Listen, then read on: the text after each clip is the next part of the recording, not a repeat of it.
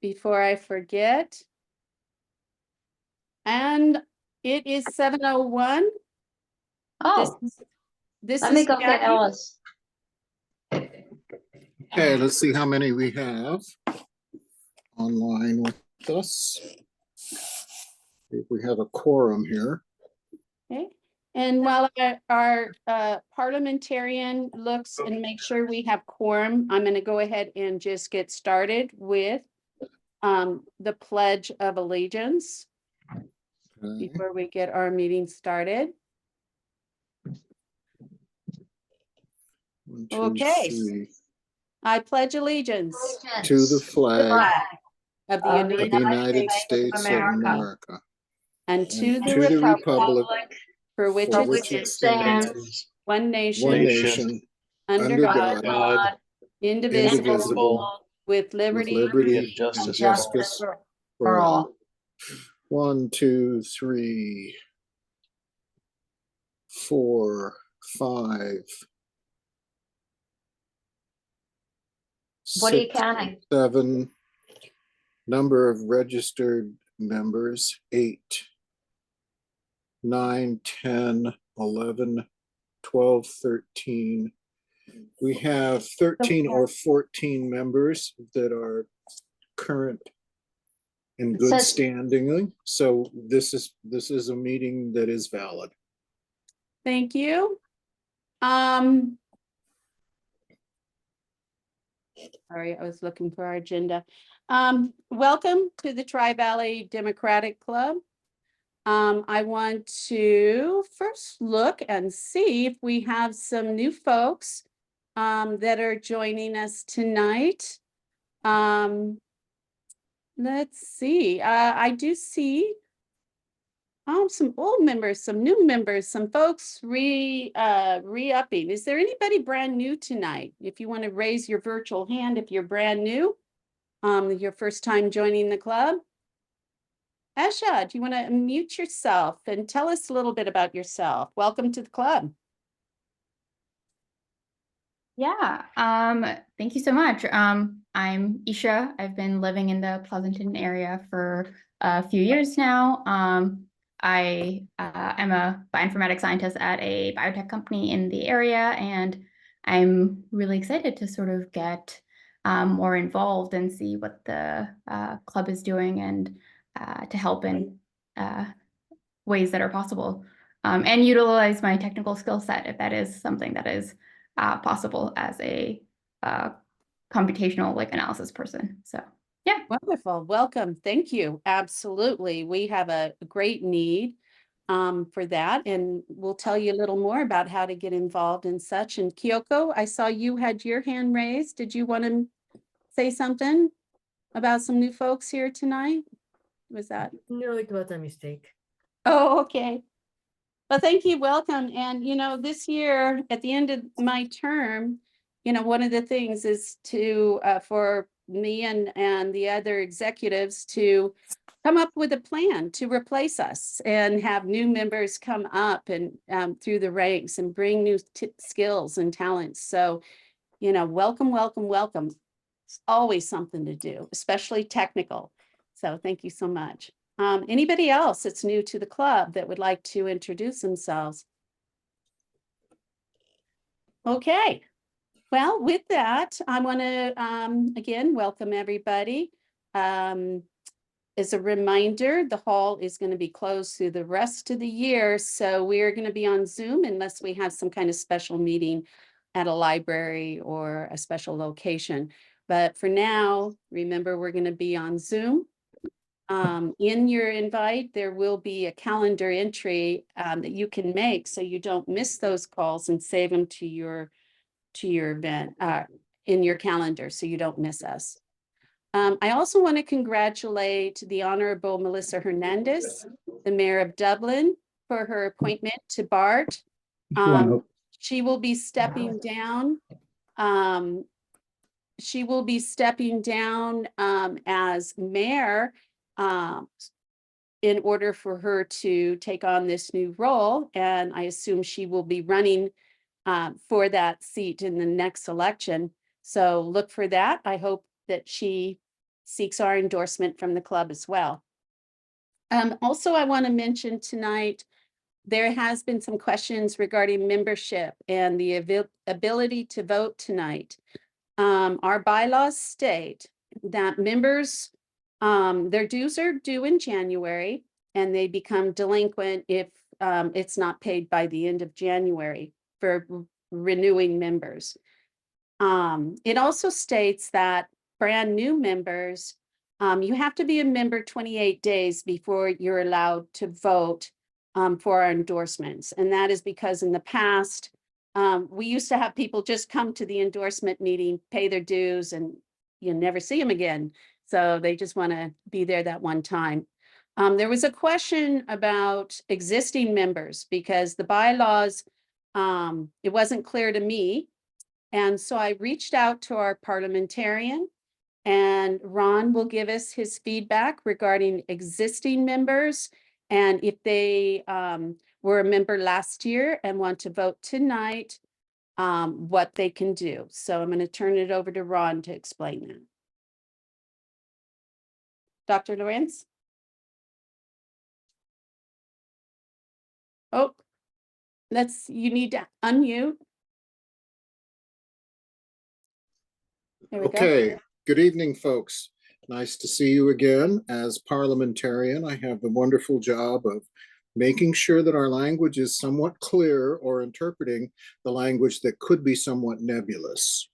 On this issue, it's actually a little nebulous, but Jackie has and I have both agreed that it's pretty darn clear that we're going to go ahead and be able to have the past members who have been delinquent on their dues, as soon as they go ahead and make the payment for 2024, they will be allowed to vote immediately.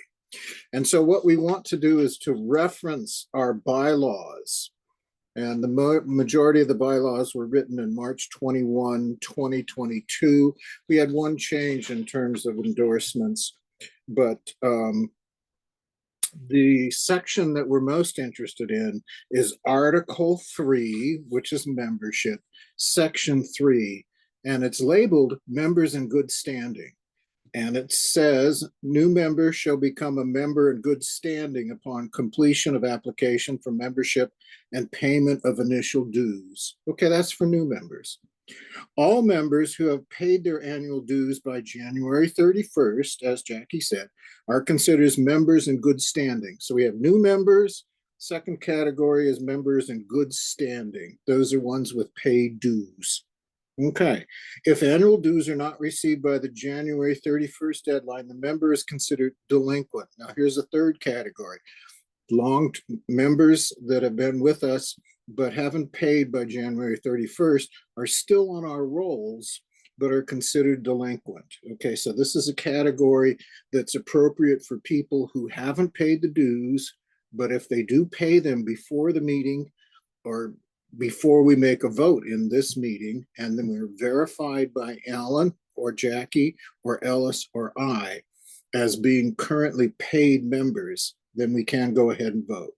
So it says here that annual dues are not received by joining the members considered delinquent, no longer a member in of good standing and not eligible to vote in the organization until their dues are paid for the current year. So if you didn't pay by January 31st, but you pay before we vote tonight, then you can vote. So until their dues are paid for the current year, they can't vote. But as soon as you pay your dues, you can vote. And the spirit behind this particular letter of the law was that we didn't want people that, like Jackie mentioned, those that just come to vote at an endorsement meeting, don't have any history. We don't know what their level of knowledge or their level of commitment is to the Democratic Party and principles, and they leave. And so in essence, if you've been a member, and most of our members, quote, in good standing, and even those that are delinquent, have been with us for 5 years or more. So they've gone through and not only an education process in terms of understanding what the what the mission and what the procedures of the club are all about, but also that we've been able to see, you know, their level of commitment and their understanding of the Democratic Party principles. So once again, to summarize, if you haven't paid your membership by January 31st, but you've been a member in the past and you pay up till now, you can vote today. Thank you. Thank you, Ron. And I see a question. Joseph, you have a question regarding this subject? Yeah, I'm sorry to ask, but I actually can't recall if my membership is in good standing or not. Is there any way to check? Yeah, Alan can check. So if somebody has a question regarding their membership, if you folks could raise your virtual hand at this time, and then over the course of the next 10, 15 minutes is after we get started with the meeting, it'll give Alan some time to take a look and see if Okay. you guys need to. So, and Can't just, we send Alan a chat directly yes, for with that question? yes, you can send a check. You could pay. Chat. Oh, a chat. You know what? I don't think I've chat enabled in here. I'd have to figure out how to enable it. It only Oh, comes to okay. me. Alan can't see. Oh, if I Well, made Alan they host. could go on the website and there's the link to pay. And I believe it gets recorded immediately. Thanks, Al. I did post the link in the chat. That takes you to our club square. Jackie, this is Kelly Mikashi. There's a feature in the Zoom chat where you can message people individually versus the Yeah, group. if So I have it. If it's activated. So Kelly, can you test and see if you can? we've already been messaging individually. Okay, then you guys send a chat to Alan. I didn't think anybody could do that right now. No, we were doing direct message. It wasn't to the group, so it'll say direct message. So under the chat feature, you can chat to the entire group, or you can select individuals and do direct messaging. Right, I just didn't know that was enabled. I thought Yeah, we had it's working. disabled it at one point. Great, thank you. Thank you. Maybe we just ask in general, does anybody want to pay now? Well, we or- have a couple of folks that need to know if they need to pay. So we have, their hands are raised right now. They're not sure if they Okay, are good. or not. That'd be appropriate for Alan to review and to decide. That sounds great. Okay. And Well, I I think we dealt with this well. Oh, it looks like we can. Chat is alive. Chat is alive. I meant to turn that back off because it was a real hassle last time. Looks like maybe Richard did it for me. So it is off. So you guys should be good. You can put your comment in the chat as well. Let me go ahead and get started with this though. Let's see. First up on our agenda, let me get my agenda back up here. First up on our agenda, we have a special guest speaker. Do we have Daniel and Vanessa on? Yes, this is Daniel. I'm here. Okay, let me go ahead and I'm going to pin you. Are you going to be speaking or do we also Yes. have? Okay. So let's go ahead and get going.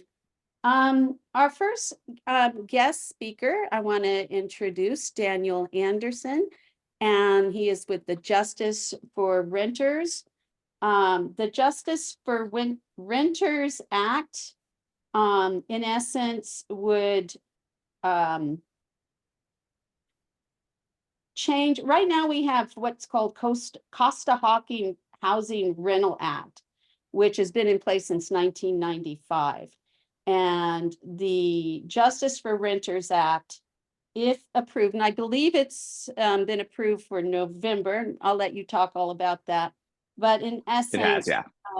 Would make a change not only to local rent control, but also vacancy control. So we're very interested in how that's going to affect landlords, tenants, and also how that plays with some other rules that have just gone into effect this year. So with that, I'm going to go ahead and introduce Daniel, and we're going to turn it over to you. Tell us all about it, the act.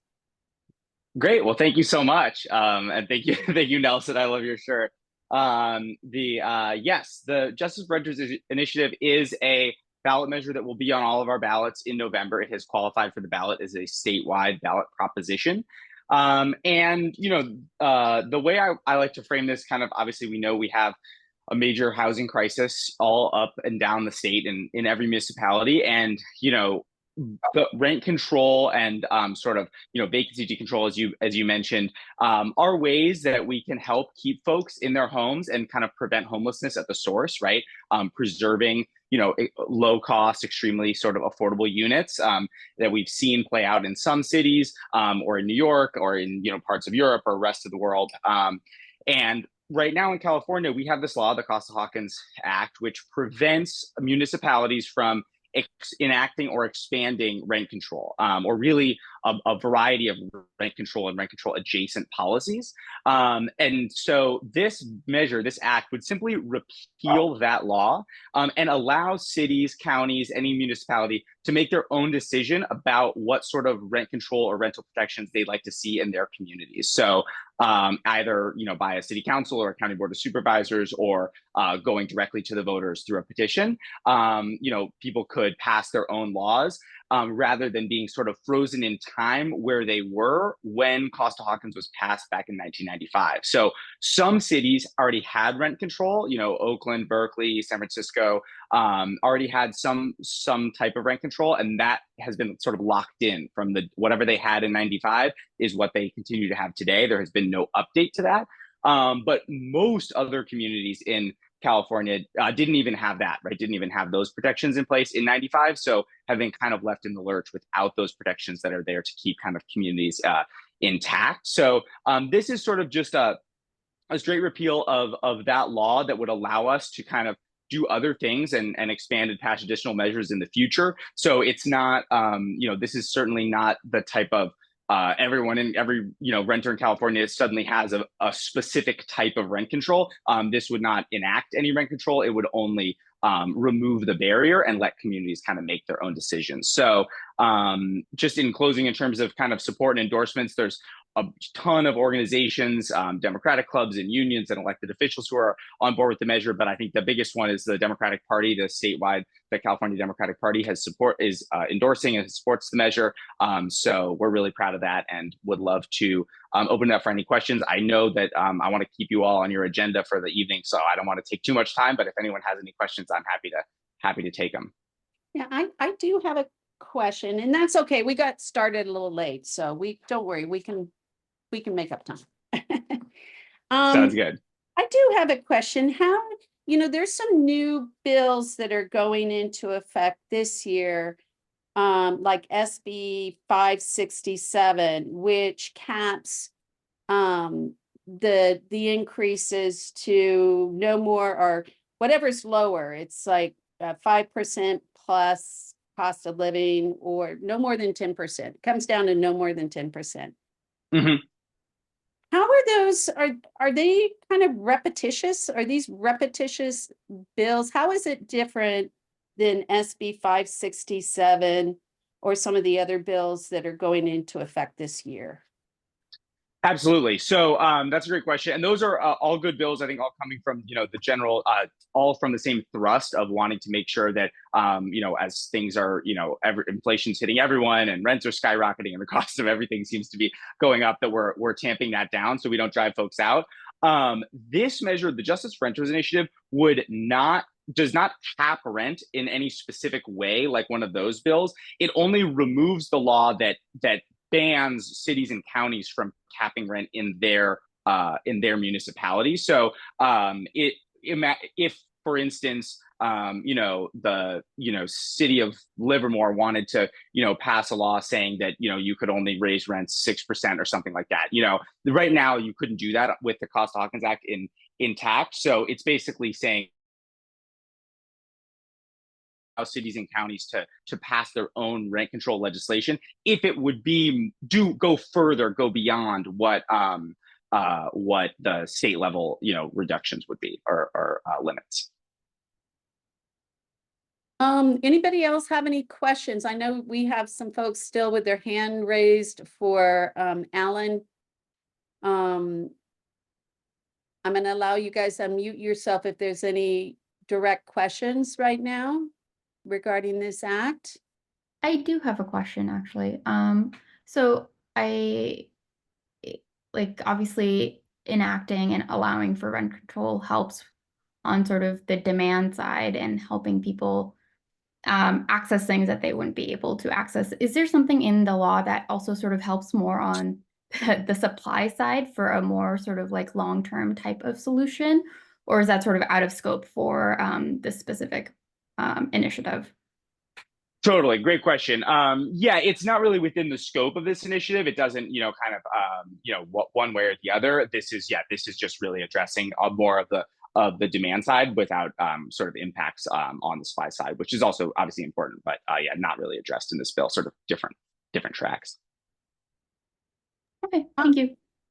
The other question I had is in reading through some of the critics of this act, one of the concerns raised was, I'll give you an example. Let's say I'm a really, really nice landlord and I don't raise my rents for years, or I had a tenant in there, I just left him alone for years.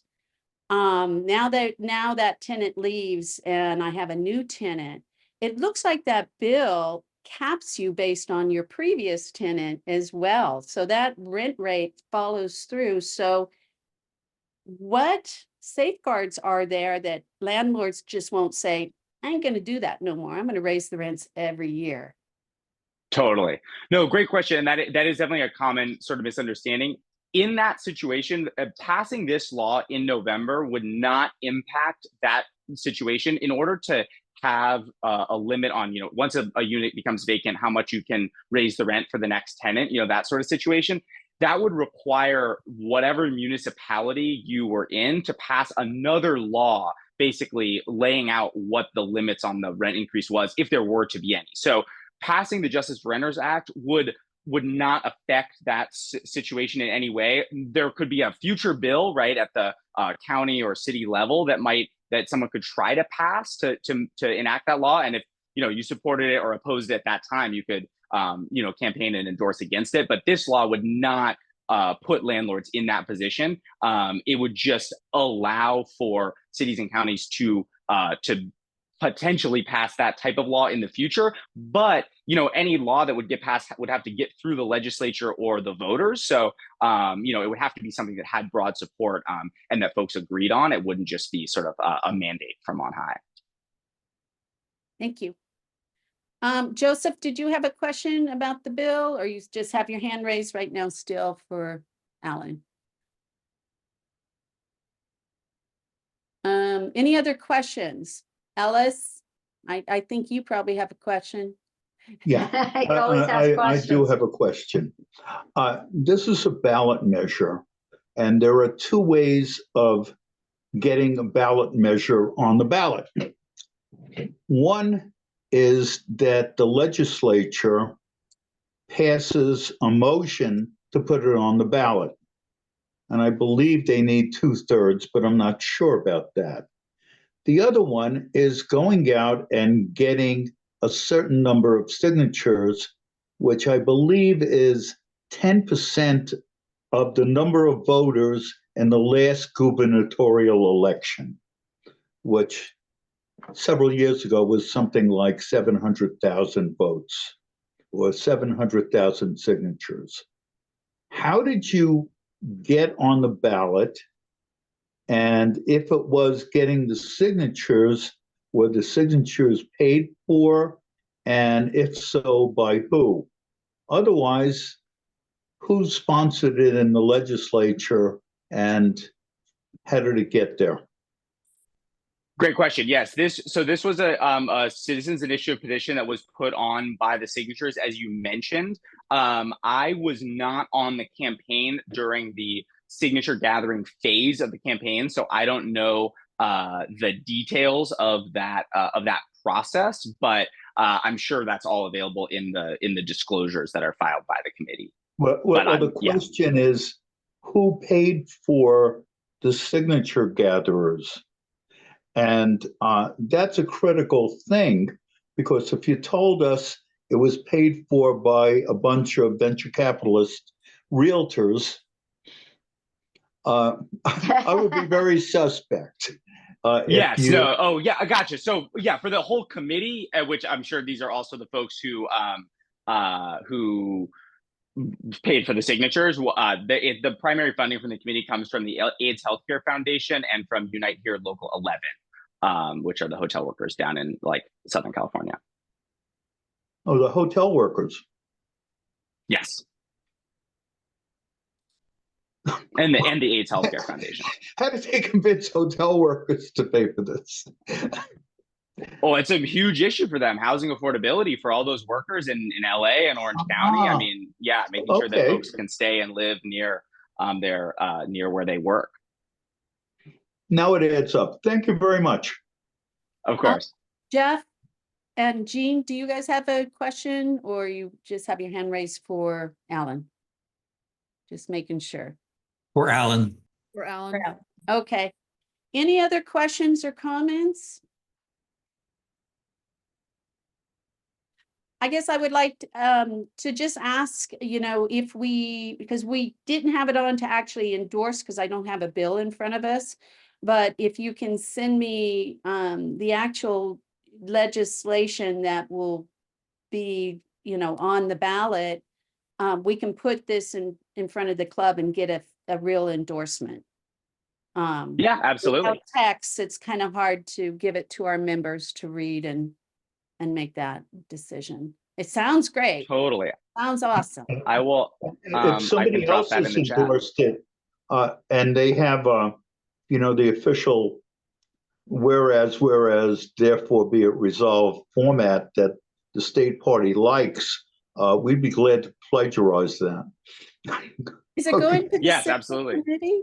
Have you passed this by the Central Committee yet in their resolutions or ledge? We are in the process of reaching out to all the central committees. A lot of them choose not to really engage as much on some of the state measures because the state party does that, and then they're more focused on their local measures. But some have. The Shasta County Democratic Party has endorsed. I'm working and getting in front of Alameda and Contra Costa as well. So we're in progress there, and I can let you all know when that is kind of happening.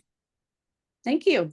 And here is the exact PDF of the law as well that I'll just drop in there for folks. Perfect. That's what I need. Then I can send that to members. Oh, it's not letting me put a PDF in, but how about I just email this to you and then you can circulate it around. Perfect. Great. Thank you so much. Thank you all so much. Thank you. Okay.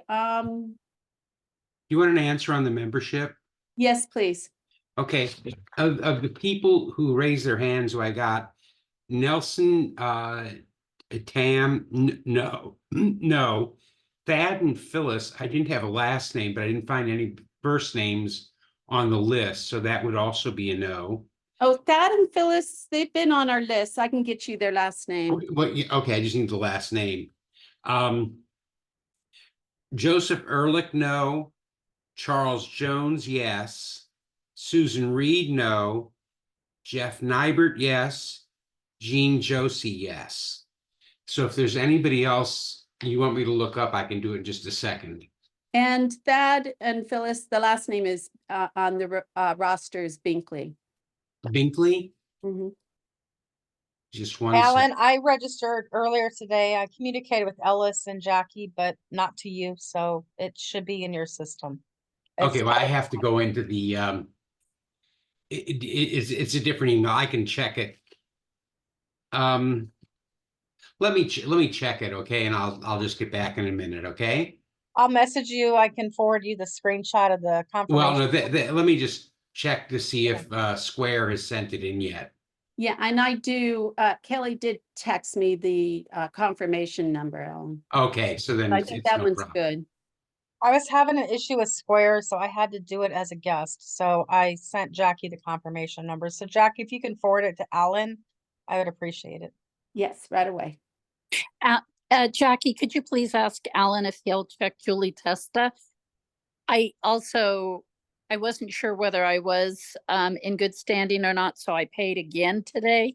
So I definitely am in good standing at the moment, but I just want to make sure that he received that. And Julie was the one who triggered the whole call to the parliamentarians. So we definitely know she was. Yes, Make thank payment. you for checking it all out, Jackie. I really appreciate it. Thank you. Okay, so we're still checking on Thad and Phyllis. We'll get you guys squared away here in a second. I want to go ahead and move on because I don't want to cut anybody or cut anybody's time. Hello, I have a question. Yes. This is George Reed, and I paid in advance, I thought, for our family, myself, Susan Reed, and Karen Reed, and I thought I paid 2 or 3 years in advance, and I tried to check on that this afternoon. I didn't get a response. I forwarded that on to Alan to check for year in advance. I'm going to have him go back through his spreadsheet and see, you know. Otherwise, we could pay right now to try. If we still owe money, we could pay right now. Yeah, we'll straighten it out. Don't worry. We'll We're here straighten to it vote. out. We're here to help. What was the last name again on that? Reed, R-E-I-D. It's Okay, George, Lee. Susan, and Karen. We signed up, I thought 2 years ago and paid in advance. Okay, I can check it out and just go back to the previous years. Okay. Thank you. And I'm going to go ahead and let me find my agenda again. I lose it sometimes on Zoom. Okay. One of the most important things we do is endorsements, especially our local endorsements. We have put out notice to our membership that this month and next month will be dedicated to anybody who wants to seek our endorsement. I noticed that some folks are still filing paperwork, so I did get notice of another request for endorsement, I believe by Kelly. So we just want to make sure, Kelly, before we get started tonight, what region, what area are you seeking endorsement for? Is that area 4 or? Because we do have a speaker for area 4 tonight. If Hey, Jackie, it's Pleasanton Unified School District for Area 3. It doesn't have to be tonight. I'm doing my press release. It should be coming out probably July 1st or so. So I wasn't really prepared to speak tonight. You said if in July, that would be great too. Absolutely. I just wanted to make sure it wasn't area 4 because we're listening to a candidate and voting tonight on an area 4. So that was my only concern. If there's no conflict with area 4, you're good to go next month. Yeah, there's no conflict. Thank you. All right. Perfect. Okay. So first up, Valerie Arkin is a council member, has been a council member since 2020. She is up for re-election in District 2. Valerie and Valerie's whole family has been strong members of this club for years and years, long before I started coming to the club. She's also has worked at Hidley and works for Nate Miley's office. And she has also been on the school board, served as board trustee for Pleasanton Unified for over 12 years. And currently is a member of the school district liaison committee. And has also been on the Pleasanton Library Commission. And just an all-around good friend and member of the club. I want to go ahead and turn the floor over, and we will be speaking for 20 minutes. So you candidates, you have up till 20 minutes, as much time as you like to speak, and then we open it up for questions, and as long as you don't exceed that 20-minute time. So first up, I'm going to go ahead and turn it over to the Honorable Valerie Arkin. Thank you, Jackie. And can everybody hear me? Just making sure it all works. Okay, good. Thank you for the nice introduction. Very happy to be here tonight. I have been a member of the club for a very, very long time. I think prior to 2008, but I can't remember exactly which year. So maybe 2006 or 7, but it's been a very long time. I am a lifelong Dem. I grew up in a Democratic household. My dad was a big involved in his union, labor union, and was involved in a lot of leadership opportunities, including being president of his union for quite some time. So I am very used to the labor union perspective on a lot of things. And like I said, I grew up in that environment. I am also a member of the Alameda County Central Committee, and I have been since 2009, and either as a regular member or as an alternate. And right now I am an alternate. I've had a lot of volunteer duties that I have done in Pleasanton. I've lived in Pleasanton 31 years, got involved in the schools first off, but been involved in a lot of campaigns and initiatives and task forces and committees. Like Jackie had mentioned, I was on the Library Commission here in Pleasanton for 8 years. I was on the school board for 12 years. And now I will be finishing my first term, 4-year term on the city council this November. And I'm seeking re-election to that office. So with that, I can go over a little bit of my platform and what kind of things are important to me with the city. One of the biggest things that's a priority for Pleasanton is our PFAS and water issue. We've spent a lot of time since I've been on the council dealing with that issue. We are making a lot of headway in how to address it, but it remains a very important, clean, safe water is important for us all, and remains a high priority of mine with our city. We have a climate action plan, which I'm very happy that we have that, and we are gaining ground on getting some goals accomplished with that. One of the things I'll just note that we passed recently was a gas-powered leaf blower ban. The state in January is no longer selling them, so we kind of became a little more proactive and we started banning them with a very soft rollout of it to educate the community. But we're taking a lot of steps to address climate change. Housing affordability and how to address our affordable housing is another issue that's a priority of mine. We do have a certified housing element, and I think looking at the affordability piece is something really important that we need to address, and we are trying to do that, and I look forward to continuing in that arena. Public safety has always been an important part of Pleasanton, and our constituents really like that we have a safe community. A recent public survey indicated that 93% of our residents here feel safe, which is probably higher than most other cities. So we're proud of that. One of the things that that we did do in the police arena is we approved an alternative response unit. We approved that after I got on the council. Our vice mayor currently, who's currently on right now, was the one person who really initiated that even before I was on the council.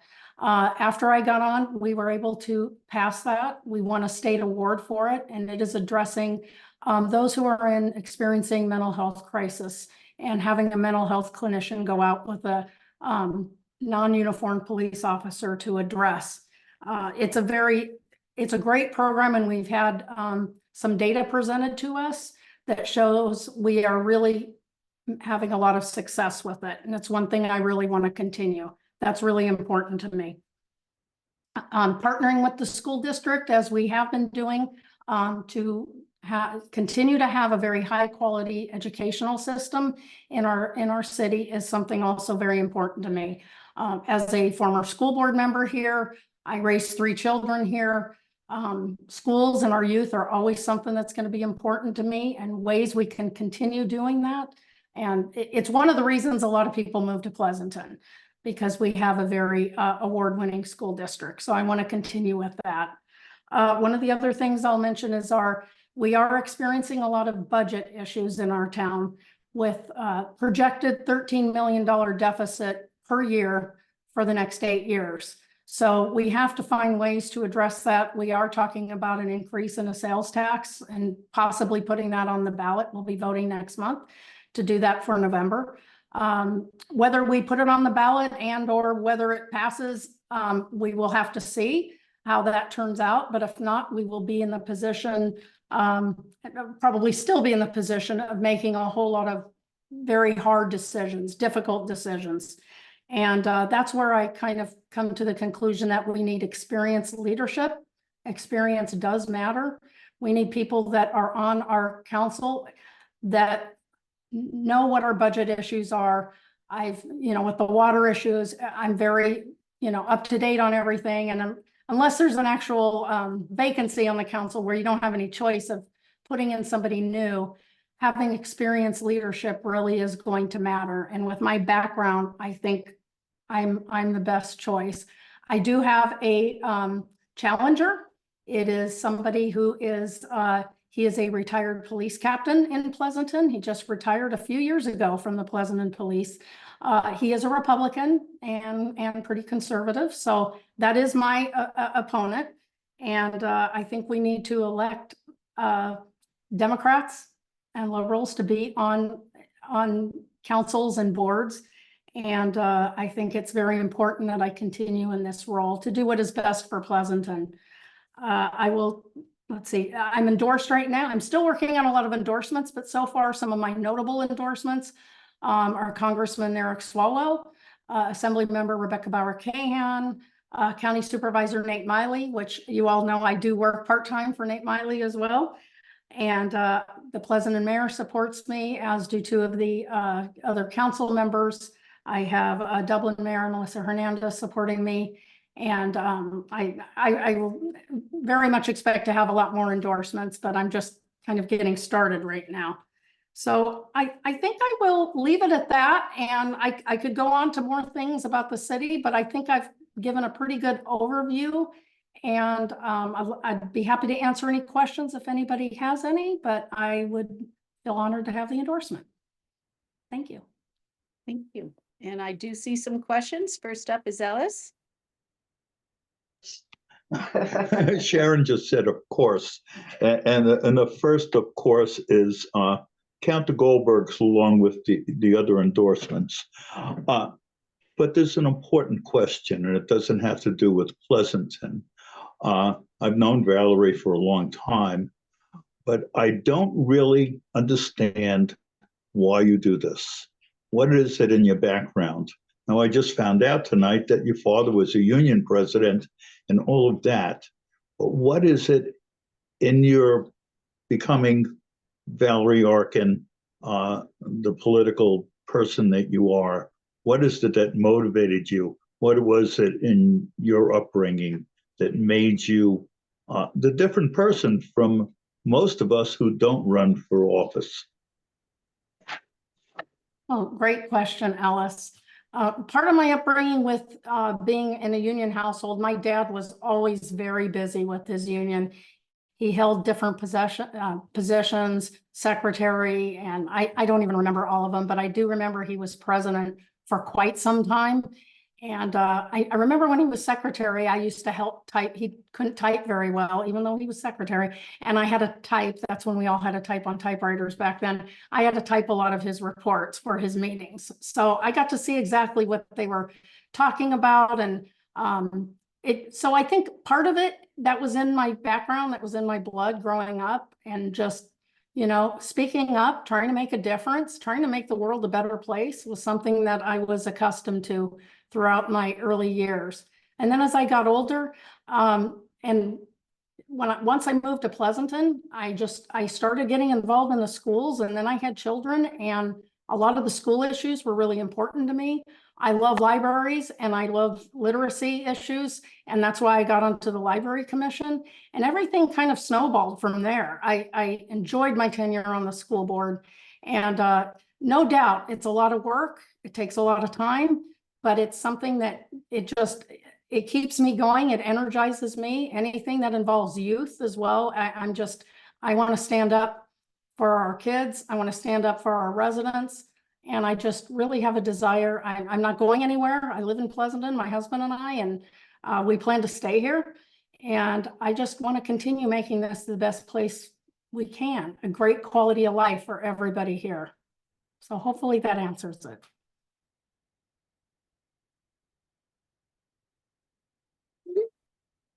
Well, and I should say democratic values too. You know, I have strong democratic values. I've always been a Democrat, believe in those values. And I want to see, I mean, we've all seen what's happened at the national level and of what can happen when people get into office that don't share our values and what kind of things we could be encountering. And I want to, as much as possible, represent our values and try to get Dems elected. Okay, now I'm done. Thank you. Joanne? Thank you.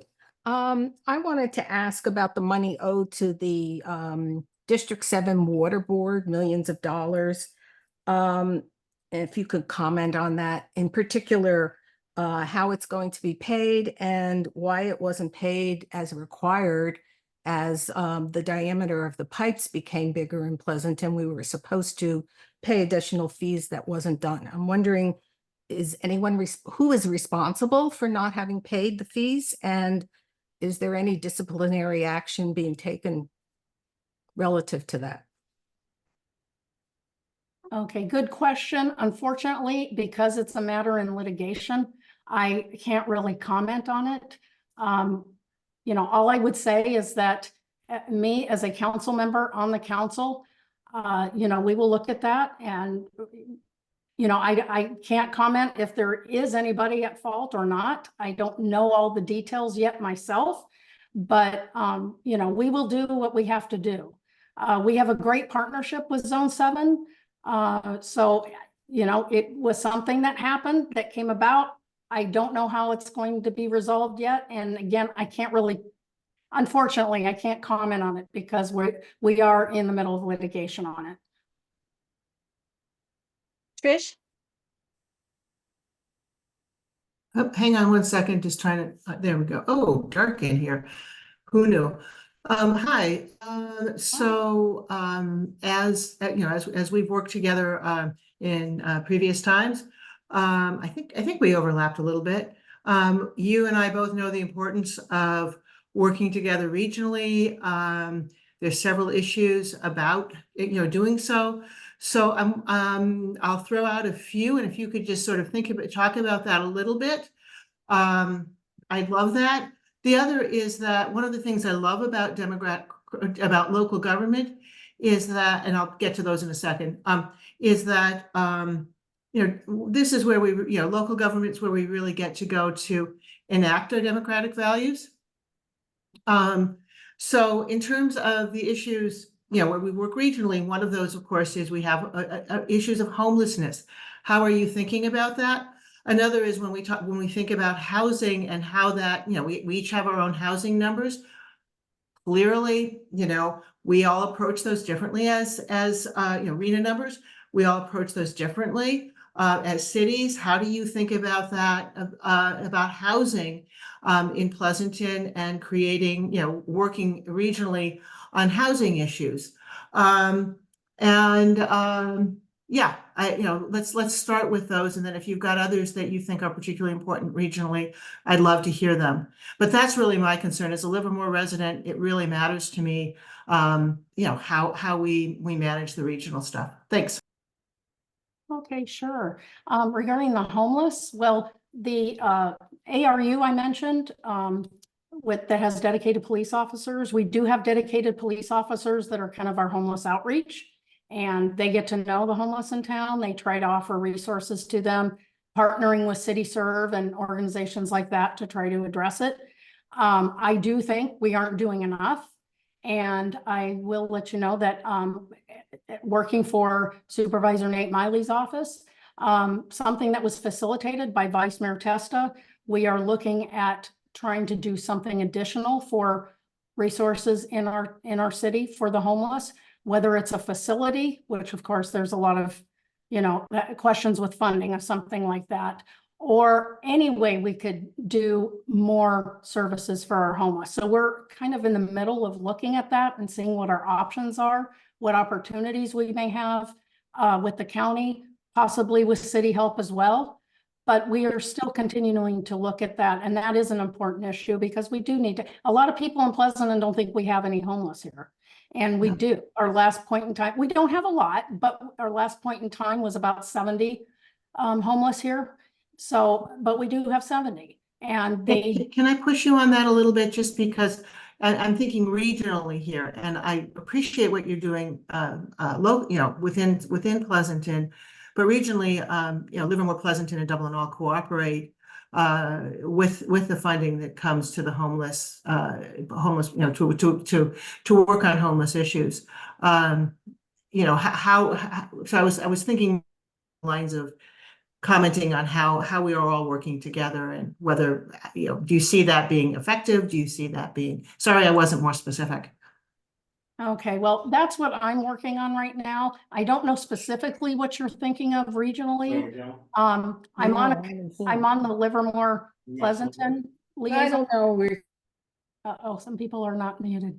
I am on the Livermore Pleasanton liaison committee. I will tell you that came about back in 2000, I want to say 9, with the potential airport expansion. And that's pretty much on our agenda right now, is the airport issues that we're experiencing here, and with any further development or expansion of the airport. So that is what we're dealing with on the liaison right now, the Livermore Pleasanton liaison.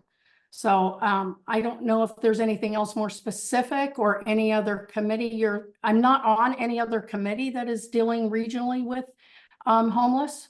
But I work for Supervisor Miley, and that's of course county for District 4. So that's what we're trying to do. And then I'll move on to the housing issue on so like I mentioned, we have a certified housing element. We zone for about 6,000 units. I'm very much in favor of trying to get more affordable housing in our city. That doesn't necessarily mean more market rate housing. I'm one of those believers that believe we have a lot of market rate housing here already, but how do we maximize getting affordable done? And it's a hard one. There's not a lot of easy solutions. But we have some low-income housing funds. There's a potential for doing an affordable project that I would like to do. We will have to have council support on that. I'm not sure if I'll have it or not. But that is something we're looking at. I don't know, again, if there was anything specific with that that you were looking for. In this case, no, I was really just looking for general thoughts. So yeah, thank you. Yeah. And I think we have time for one more. We have 2 minutes left in your segment. Joanne, did you have another question? Yes, I wasn't sure from your comments if you were in favor of an increase in the sales tax to take care of the city deficit, whether you were in favor or not. But I'd like to ask you what other alternatives to sales tax you might consider. Okay, thank you. Well, we haven't voted on it yet. Like I said, we have a city council meeting tomorrow night where we're going to look at our latest polling results, and that will give us more data in which we can use that to vote on. We are going to vote on July 16th is our July council meeting where we will actually vote, put it on the ballot or not. So I hesitate to say, because I do want to listen to public input. Until then, I do want to see the polling results before I vote on how I vote. I will let you know that my feelings thus far with everything I've seen, we're going to be encountering a huge deficit in our city. And if we don't find a way to increase revenue, we are going to be faced with having to make budget cuts, and that could be pretty severe. So, you know, we've all come to enjoy a lot of different services and amenities in Pleasanton, and I want to try to preserve those, whether it's our library, our senior center, all of our public safety, everything that we do. I really want to do that. My feeling on a sales tax increase is that, you know, we have to put, of course, we have to put it on the ballot and people have to vote on it. So I really do want to hear what the community wants to do. So I think putting it on the ballot and letting the community decide yes to do this or no, I think that's a big piece of what I'm in favor of having the community weigh in on this. You talked about some other things. We did look at a couple other increases like hotel occupancy tax and a bond, and those unfortunately didn't poll well. So our consultants advised against it, which I think was a good idea because it didn't look like it would have a good chance of passing if we went forward. But the sales tax did have a more favorable polling result. So that's why we went that direction. So to answer your question, even if we do put this on the ballot, but it doesn't pass, what do we have to do? We have to balance our budget, and we're facing a huge deficit. So we will have to figure out what else we can eliminate. We will, of course, be looking at, well, I should kind of preface saying our city manager and our department heads, they've already come up with some cuts that aren't quite as severe to try to balance the budget, and they'll have to continue looking for those. We're also looking for grant opportunities because we had to, you know, we had to cut all of our capital projects pretty much. You know, any grant opportunities or federal or state funding we can tap into for different initiatives, we will be looking harder at trying to access those. But we may be faced with making cuts in the community if we have no other alternative. Thank you. And I believe that is our time. I will give you just another few seconds. Any closing remarks? Okay, well, I think I've said quite a few things already, but I could just go over some of the things that we've done the last 4 years. I already mentioned the ARU, which I'm very proud that we have that now in our community and how important that is. We did a strategic plan and it kind of guides our work, kind of like a work plan. We did that with my tenure here. We have a new website, which is a lot more user-friendly than it used to be, which I'm proud of. We started a community academy, which is kind of like a leadership academy that residents can do for free. You can sign up to do that. And I'm excited that we have done that. So it gets people more involved and perhaps wanting to run for office someday. We've done a lot on emergency preparedness and disaster training, which I think in light of all the fires and storms and everything we've had is another very, very important thing that we have done. Let's see, I'm trying to think if there's anything else I haven't that maybe anybody else would have a question. I think with my tenure on the school board as well as council, I've always made it a point to really respond to anyone who reaches out to me. So I'm very responsive and I'm receptive to my constituents. I really take the time to listen, and I've gotten a lot of compliments in that regard of, hey, you're one of the only people that ever respond back to me. And I even get people now that'll say that remembered me responding back to them as a school board member years ago. So I think that's important to be, you know, accessible, to be transparent. I think kindness and respect and integrity all go along with being an elected official. It should go along with being an elected official for everyone. And it's something that those are my values. That's what I stand by. And I will always operate in that manner. So I again, thank you for the opportunity to speak tonight and would be honored to have the endorsement. Thank you. And I'm going to remove your spotlight. Thank you so much. And I did post your website or your campaign's website in the chat. And next up, Kristie, I'm going to pin you if it's okay. And if you want to unmute yourself.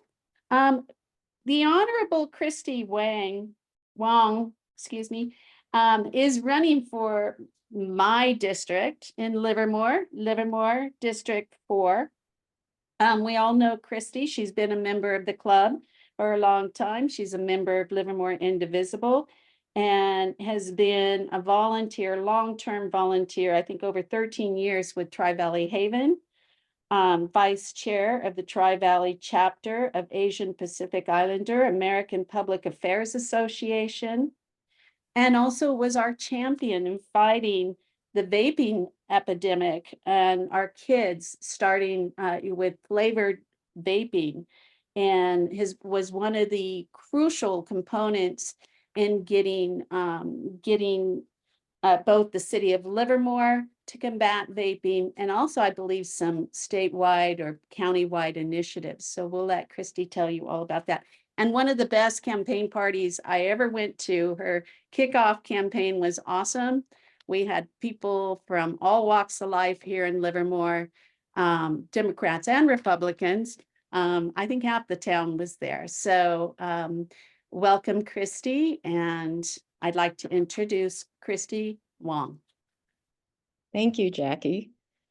So I am Kristie Wang. I have a background in public policy. I have bachelor's and master's degrees. This is all I've done is policy work. I love public policy as soon as I started studying it because I love that there's a tool to solve public problems. And coming from someone who came from sort of an underdog background, English, an immigrant non-English speaker in a low-income family, none of us spoke a word of English. And to then become a first-gen college student and earn a graduate degree, first person in my family to go to college, or my brother and I kind of started at the same time. But so I love to have ways to sort of give someone a hand up, and being part of a family that had to work really hard just to get by.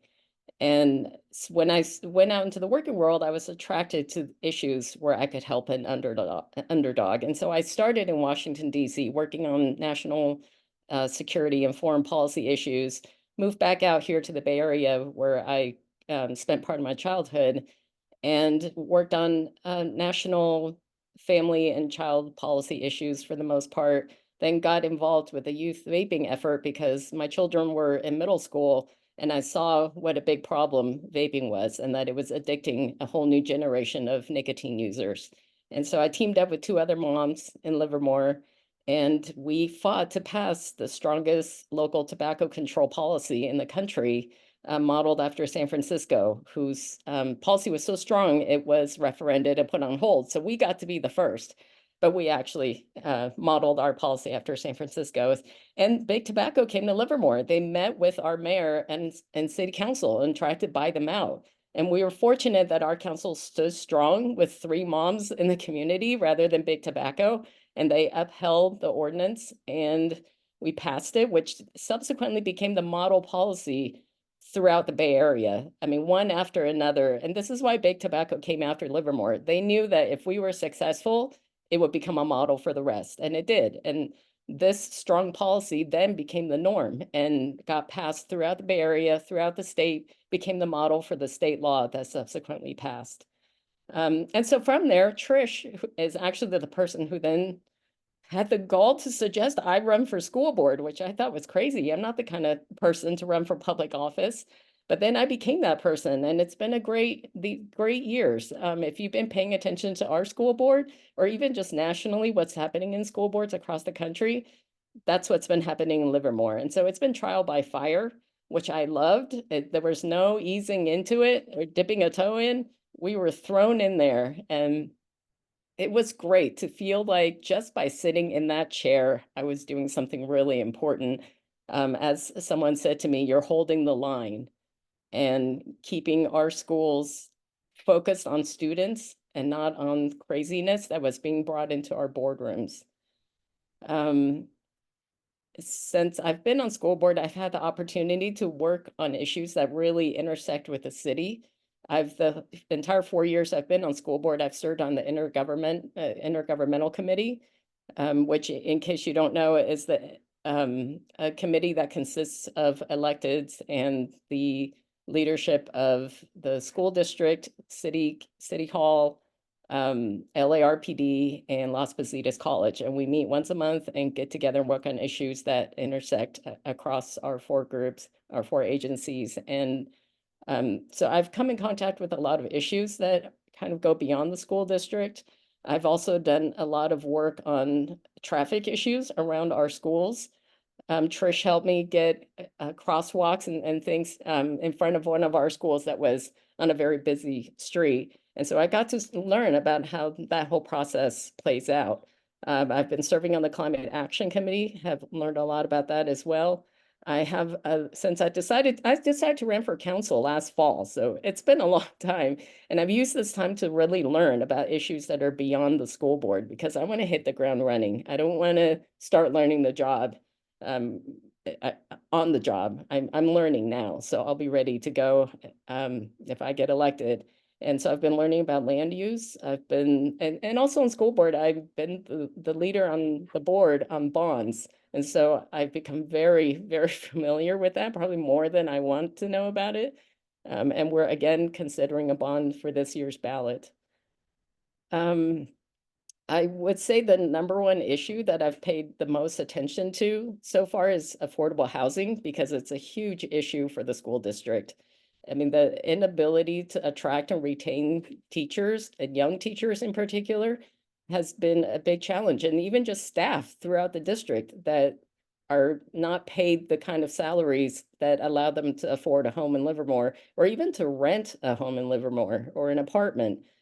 That this is a big issue. And this is why I've spent a lot of time learning about that. I've spent a lot of time with the Housing Authority, our housing commissioners. I've spent a lot of time with our nonprofit folks, John Bost and Marty Sutton. And the more I learn how complicated it is. Before I started learning all this, I thought I had the answers. I thought, okay, I know what we need to do. I can fix this. And then the more I learn, it's like, wow, this is really complicated. I see why there's no magic, no silver bullet. It's going to take a lot of people and a lot of areas all doing the same thing to really focus on this. And so that's something I will be paying a lot of attention to. I've also educated my since I've had this kind of early start from last fall. I've been part of, I completed the Community Police Academy program to learn about how our police academy, our police department functions. I've completed the Leadership Livermore program. What I like about working at the local policy level, since I started at the national security level, is that you can really make change happen, and it can happen quickly, and it happens for yourself and your neighbors and your friends. And because you have the benefit of seeing me as an elected person on school board, you have a track record, you can see how I work. I talk to everyone, I work with everybody. I try to get people from very different perspectives to some sort of common ground to move forward. We have to make progress. And anyone who Googles me knows where my heart is politically. I've been a lifetime Democrat. I've worked on very progressive efforts. But when it comes time to make decisions on controversial issues, I listen to everyone. I give everyone a chance, and I'll work with them to find something that will work for them. Even if we can't give you everything you want, you know that I tried, and I'll explain to you why we can't give you what you want. And I think because I come from the background that I come from, I will see the people who are invisible to other people, because I've largely been part of a community that's invisible, and in some ways still am. And I think you can see the way that I work sort of across boundaries. If you go to my campaign website, you'll see the kinds of people who've endorsed me. They come from, as Jackie said, sort of all walks of life. I'm currently endorsed by our mayor and our entire city council, as well as the entire school board, Congressman Eric Swalwell, our assembly member Rebecca Barrett-Cahan, our supervisor David Halbert, business leaders. I work with everyone. They know me. I have a track record, and I'm also active in Jewish and AAPI elected officials associations. And so I have a lot of connection, and I have a lot of people I call on when I have questions. So I will just leave it there and see what other questions you have for me. And thank you. I hope to receive your endorsement. Thank you, Kristie. I'm going to open up the questions with one myself. Anybody running against you so far? Do you know of any competition yet? I haven't heard of one. I'm assuming there will be. I'm running for a seat that is being vacated by Bob Carling, who is terming out. So it's an open seat, no incumbents. And I assume someone will run against me. But so far, I don't know who it is or who they are. Okay. Other questions? Anyone?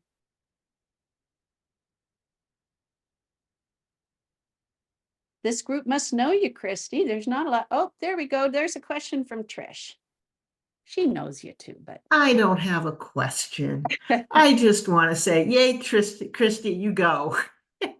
I just figured somebody should say something. It was very complete, and you know you've got my full support. So yeah.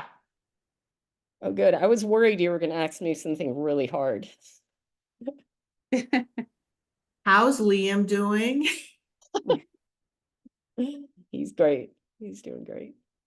Thank and you. little known fact, Kristie's husband plays in a band and he's very good.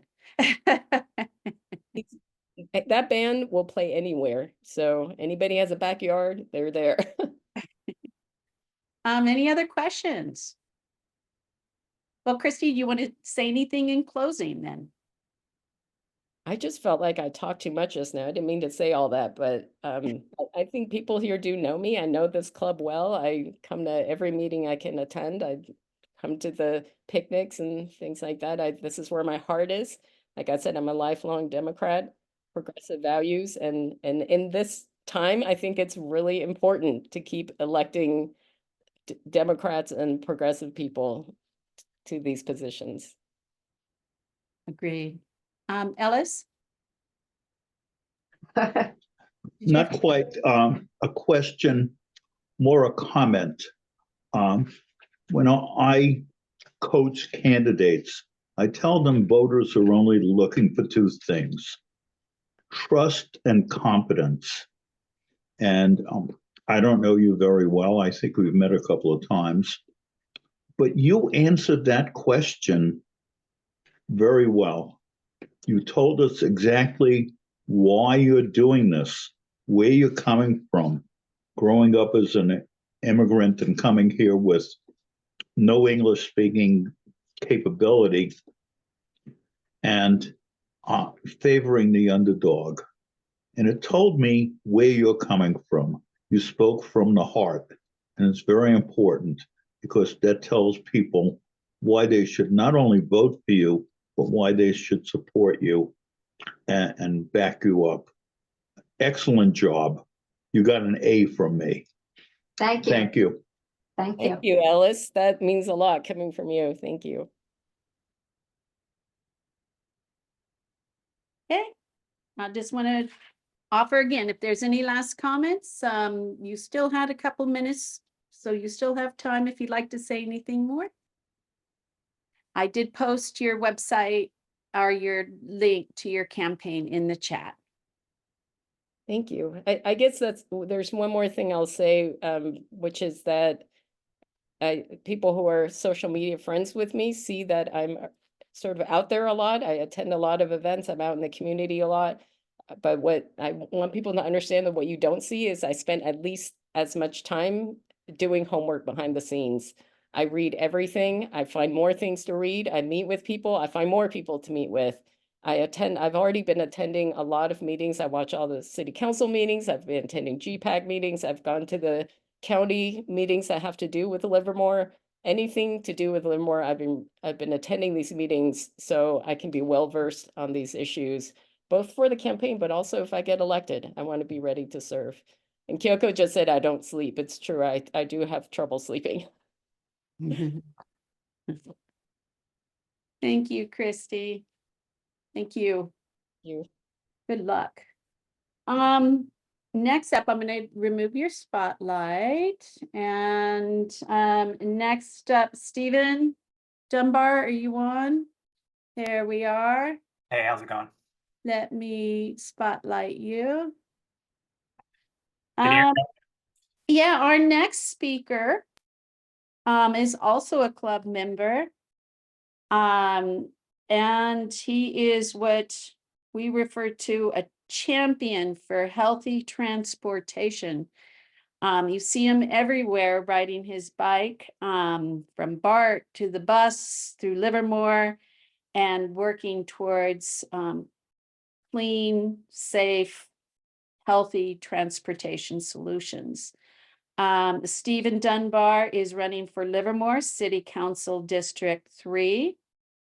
He is currently a Livermore Planning Commissioner. He's been on the Planning Commission since 2020, and during that time has served as vice mayor and chair, or vice chair and chair, excuse me, vice mayor. And is an engineer at a local company that manufactures transit buses. It is with my great pleasure I'd like to introduce to you for Livermore City Council District 3, Stephen Dunbar. Thanks, Jackie. Thanks for the great intro. Hi, everybody. I'm Stephen Dunbar. I'm a member of the club, and you may remember that I ran for BART 4 years ago and came super close in that election. Here I am again. Running for Livermore this time, running for Livermore City Council District 3, which is the east side of Livermore, basically running down East Avenue from downtown to the labs. To preempt Ellis's question, I do this for my mom. My mom has MS and hasn't driven since before I was born, and I grew up with her and my dad in Rio Grande, California, which is a lot like Livermore. It is the edge town suburb backing up to the farms. My parents' subdivision had farms on both sides growing up, one of which is gone now. And with a dad who was also a public worker and in a union, and a mom who was a teacher, that involved me getting around myself because my mom left, or my dad left before I was gone, and my mom either worked at home or took the bus to Santa Maria Hospital. So it's been a part of my life for a long time. My mom was a political fighter and a strong Dem at the local level and at the national level. And sometimes you can see how frustrating it is to be at the national level, but it's worth doing. But at the local level, she was also very effective with time. The route that I took to get to my middle and high school was along the side of a highway. And crossing to get to that high school was not great. Didn't even have crosswalks on multiple of the intersections. And my mom fought for years, every opportunity she could, to get kids to school safely, including me, but I was not even close to the only one doing the same trip. I'm running for Livermore because I love Livermore. It is my home. I will be here for a long time. It's a critical time for Livermore's future, as I see in my work on the Planning Commission, working on our general plan update. It sets the tone for what's going to happen over the next 20 years. And because I believe in giving back to my community, and I've decided that this is the way that I want to give back for at least the next 4 years. As Jackie mentioned, I'm an engineering supervisor at Gillig, working on transit buses. I've been working on, myself personally, electric transit buses most of the time I was there, though we build all types. And it's just a great example of great union manufacturing jobs here in the Tri-Valley. Great jobs for the manufacturing team, great jobs for the rest of the organization. And we do see that housing affordability affects us as well, because many of our people have to commute from over the hill to make ends meet. And as a result, we start really early to make it easier for them to get back to their families and enjoy everything that life has to offer. Because of my mom and because of what I see day to day, I'm super passionate about making Livermore better and making Livermore a place where families can thrive, because we protected our water, our infrastructure, and our environment for current generations and future generations. And personally, I'm very passionate about communicating trade-offs in all the decisions that I currently make on the Planning Commission and hope to make on the City Council. As Ellis kind of mentioned, trust is paramount, and building trust is an open dialogue. And I'm going to be walking a lot to build that trust with the community here in District 3. My platform so far is that I'm looking for a Livermore that is accessible, sustainable, and family friendly. And I'm going to be doing that by being a leader who is effective, open, and pragmatic. We already talked about kind of what open means. Effective is just all of the experience I've had so far. I've been on the planning commission and chaired there. I know what it means to run an effective meeting, but even before that, I was on the asset management outreach committee, which was formed primarily to talk to people about the long-term maintenance needs of the city that we have to maintain public safety, maintain a high quality of life, and seeing the struggle that other communities are working through, we're trying to avoid that by strong management today. And finally, pragmatic, which is grounded but optimistic. I am optimistic about Livermore. I see all the opportunities that it has and the life that it has given before and its storied history, of which I picked up my giant Livermore history book, which is all blurred out because of blurring, but also because of its bright future. The priorities on the ground that I'm working towards myself, the general plan is up in front of us, and we're going to need to make sure that it sets the tone for the next 20 years. And having a planning commissioner on the council will be a big factor. It's a big reason why I feel like I'm the best candidate, is because I see what all of these policies do every day, every commission meeting, but I'm still thinking about it every day. They are deciding factors about the outcomes that tell us whether we have a good city or not. And they are not immutable. They can be improved. They can be changed to provide high quality of life, high opportunities, equitable opportunities for the community that we have. Second, the safe, clean, and family-friendly city. Councilmember Arkin talked about PFAS. That's one part of it. We've got air pollution as a non-attainment basin at times. Safety is both in pollution and in safe routes to school. I was going to link a really big expose about how PFAS have gotten, they were ignored for a long time. They were hidden by companies, and we have to get that under control. So you'll find a very strong ally in that side. And lastly, at least in terms of a family-friendly city, it's an ADA accessible city. My mom in particular, but there are lots of different types of disabilities with different needs, and we need to make sure that Livermore is accommodating for all of those and making progress where we don't currently have great amenities for them. And finally, an effective and efficient and responsible government. Like I mentioned, that's building on trust, that's making continuous progress, that's taking good care of our assets via the asset management program, and coordinating all of our staff to get the best possible outcome across all the divisions that we work through. As mentioned, I'm an engineer. I'm also on the nonprofit for the Bike East Bay, which does both advocacy and education for kids about how to ride a bike and get to school and get where they need to be in an efficient and safe way. And I've also been serving on the Tri-Valley Sierra Club as an ECCOM member. I hope that I can earn your endorsement, and I hope to hear from you, whether you are a district resident or a Livermore resident or someone to partner with at the regional level to make good outcomes for the city and the rest of the Bay Area. Thank you. Do we have questions? Ellis, is your hand up from before? Do you have a question? No, it's up from before. Hey, Julie. Well, hello, Stephen. I'm so glad to see that you're running for office. You've been a strong advocate throughout the Tri-Valley. I've appreciated your comments often in primarily transportation topics. So I didn't realize that you were on the planning commission, Livermore Planning Commission. So I'll ask you, having worked on the housing element, it is really easy to get market rate housing built. Pleasanton produced 300, because we know cities don't build. Pleasanton produced 300% of our market rate housing for the 5th cycle.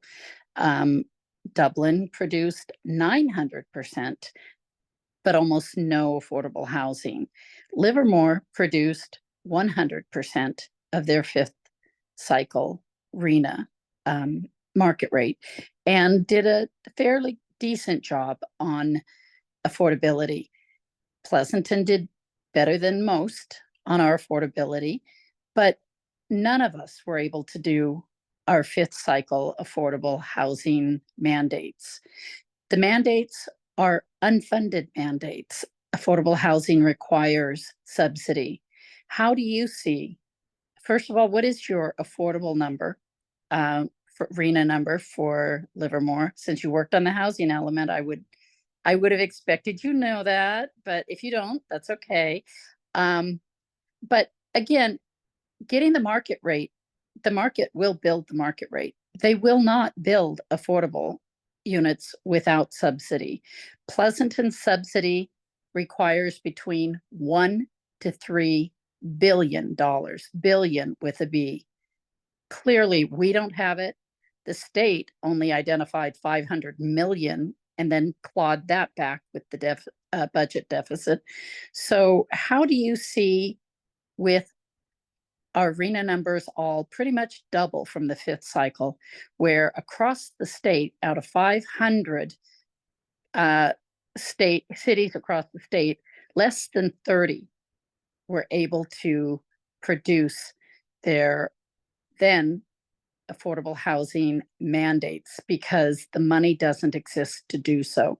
How do you see Livermore moving forward on those RENA numbers this year, doing, now that we know that it's no longer a planning process, we will all be punished if we don't produce those inflated numbers without the funds to do so? Thanks. Councilwoman, Vice Mayor, right? Vice Mayor, yes. Vice Mayor, yes. But as the Vice Mayor mentioned, I show up at the Wheels Sports board meetings and we have good conversations about improving our bus service pretty often. And that's exactly the regional collaboration. Yeah, I genuinely appreciate your advocacy, Stephen, not only at Wheels, but you've also shown up at the Pleasanton Council meetings, and you've just been a real strong advocate throughout the Tri-Valley, and I applaud that. So I apologize for interrupting, but you deserve to be given that. My favorite is when I'm showing up to do bike lanes on a development where I can just get it for free, because it's just the right time to get things built when somebody else is already doing the work. Right. And it's a really easy conversation. It's like, hey, do this for free, and everyone kind of nods their heads. Yep. I don't know what the RENA number is off the top of my head. I'm sure I know where to find it if I need it. Wow, what a complicated topic. Where do I? Thank you for recognizing that, Stephen, because when I've heard so many comments tonight throwing around affordable housing, people don't understand what the problem is. And affordable housing is housing based on income calculations. And what we really need is our legislature to start working on affordability. And they're not doing that because they've got a false agenda and a false narrative. So it is complex. Thank you, Julie. I want to make sure he has time to answer. Yeah. How much time do I have left total? You have until 8:36, but I want to make sure it's an open question and then give you a chance to answer. And because with you guys, council members, you guys are going to go all night back and forth. So we want to make sure we open it up to everybody. So if you could answer Julie's question, then we'll allow other folks.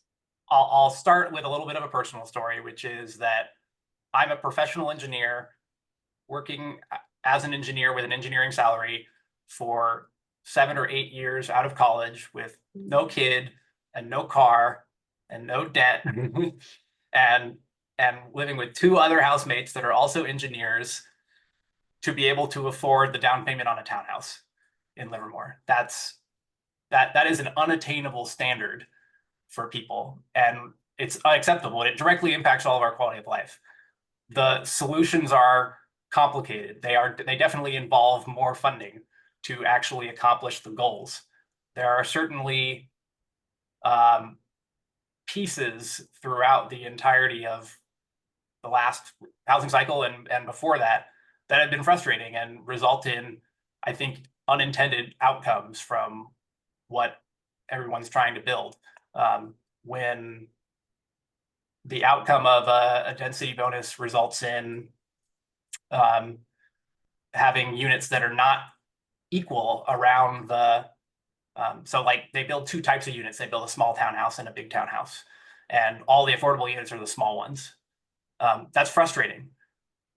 But we also have to understand that if it doesn't get built, that it's not helping anyone either. Certainly, how much punishment, how much is carrot and how much is stick? I think we've been a little bit on the stick side of that conversation for some time. I hope that, for me personally at least, is that as a person who's seen that myself and gets frustrated by it every day, when I work with the Tri-Valley elected officials beyond Livermore and within Livermore, that I can help bring authenticity to that conversation, where if something isn't working, it's from a position of still wanting the end goal of housing affordability and opportunities for everybody. I could go into way too many policy details beyond that. Hopefully that helps explain the goal. Other questions? We have time for one more question. We have about 4 more minutes. Anybody else have any questions? So Stephen, do you want to go ahead and do some closing remarks? Sure. As mentioned, Stephen Dunbar, very passionate about transportation, but very passionate about the city of Livermore and all its opportunities.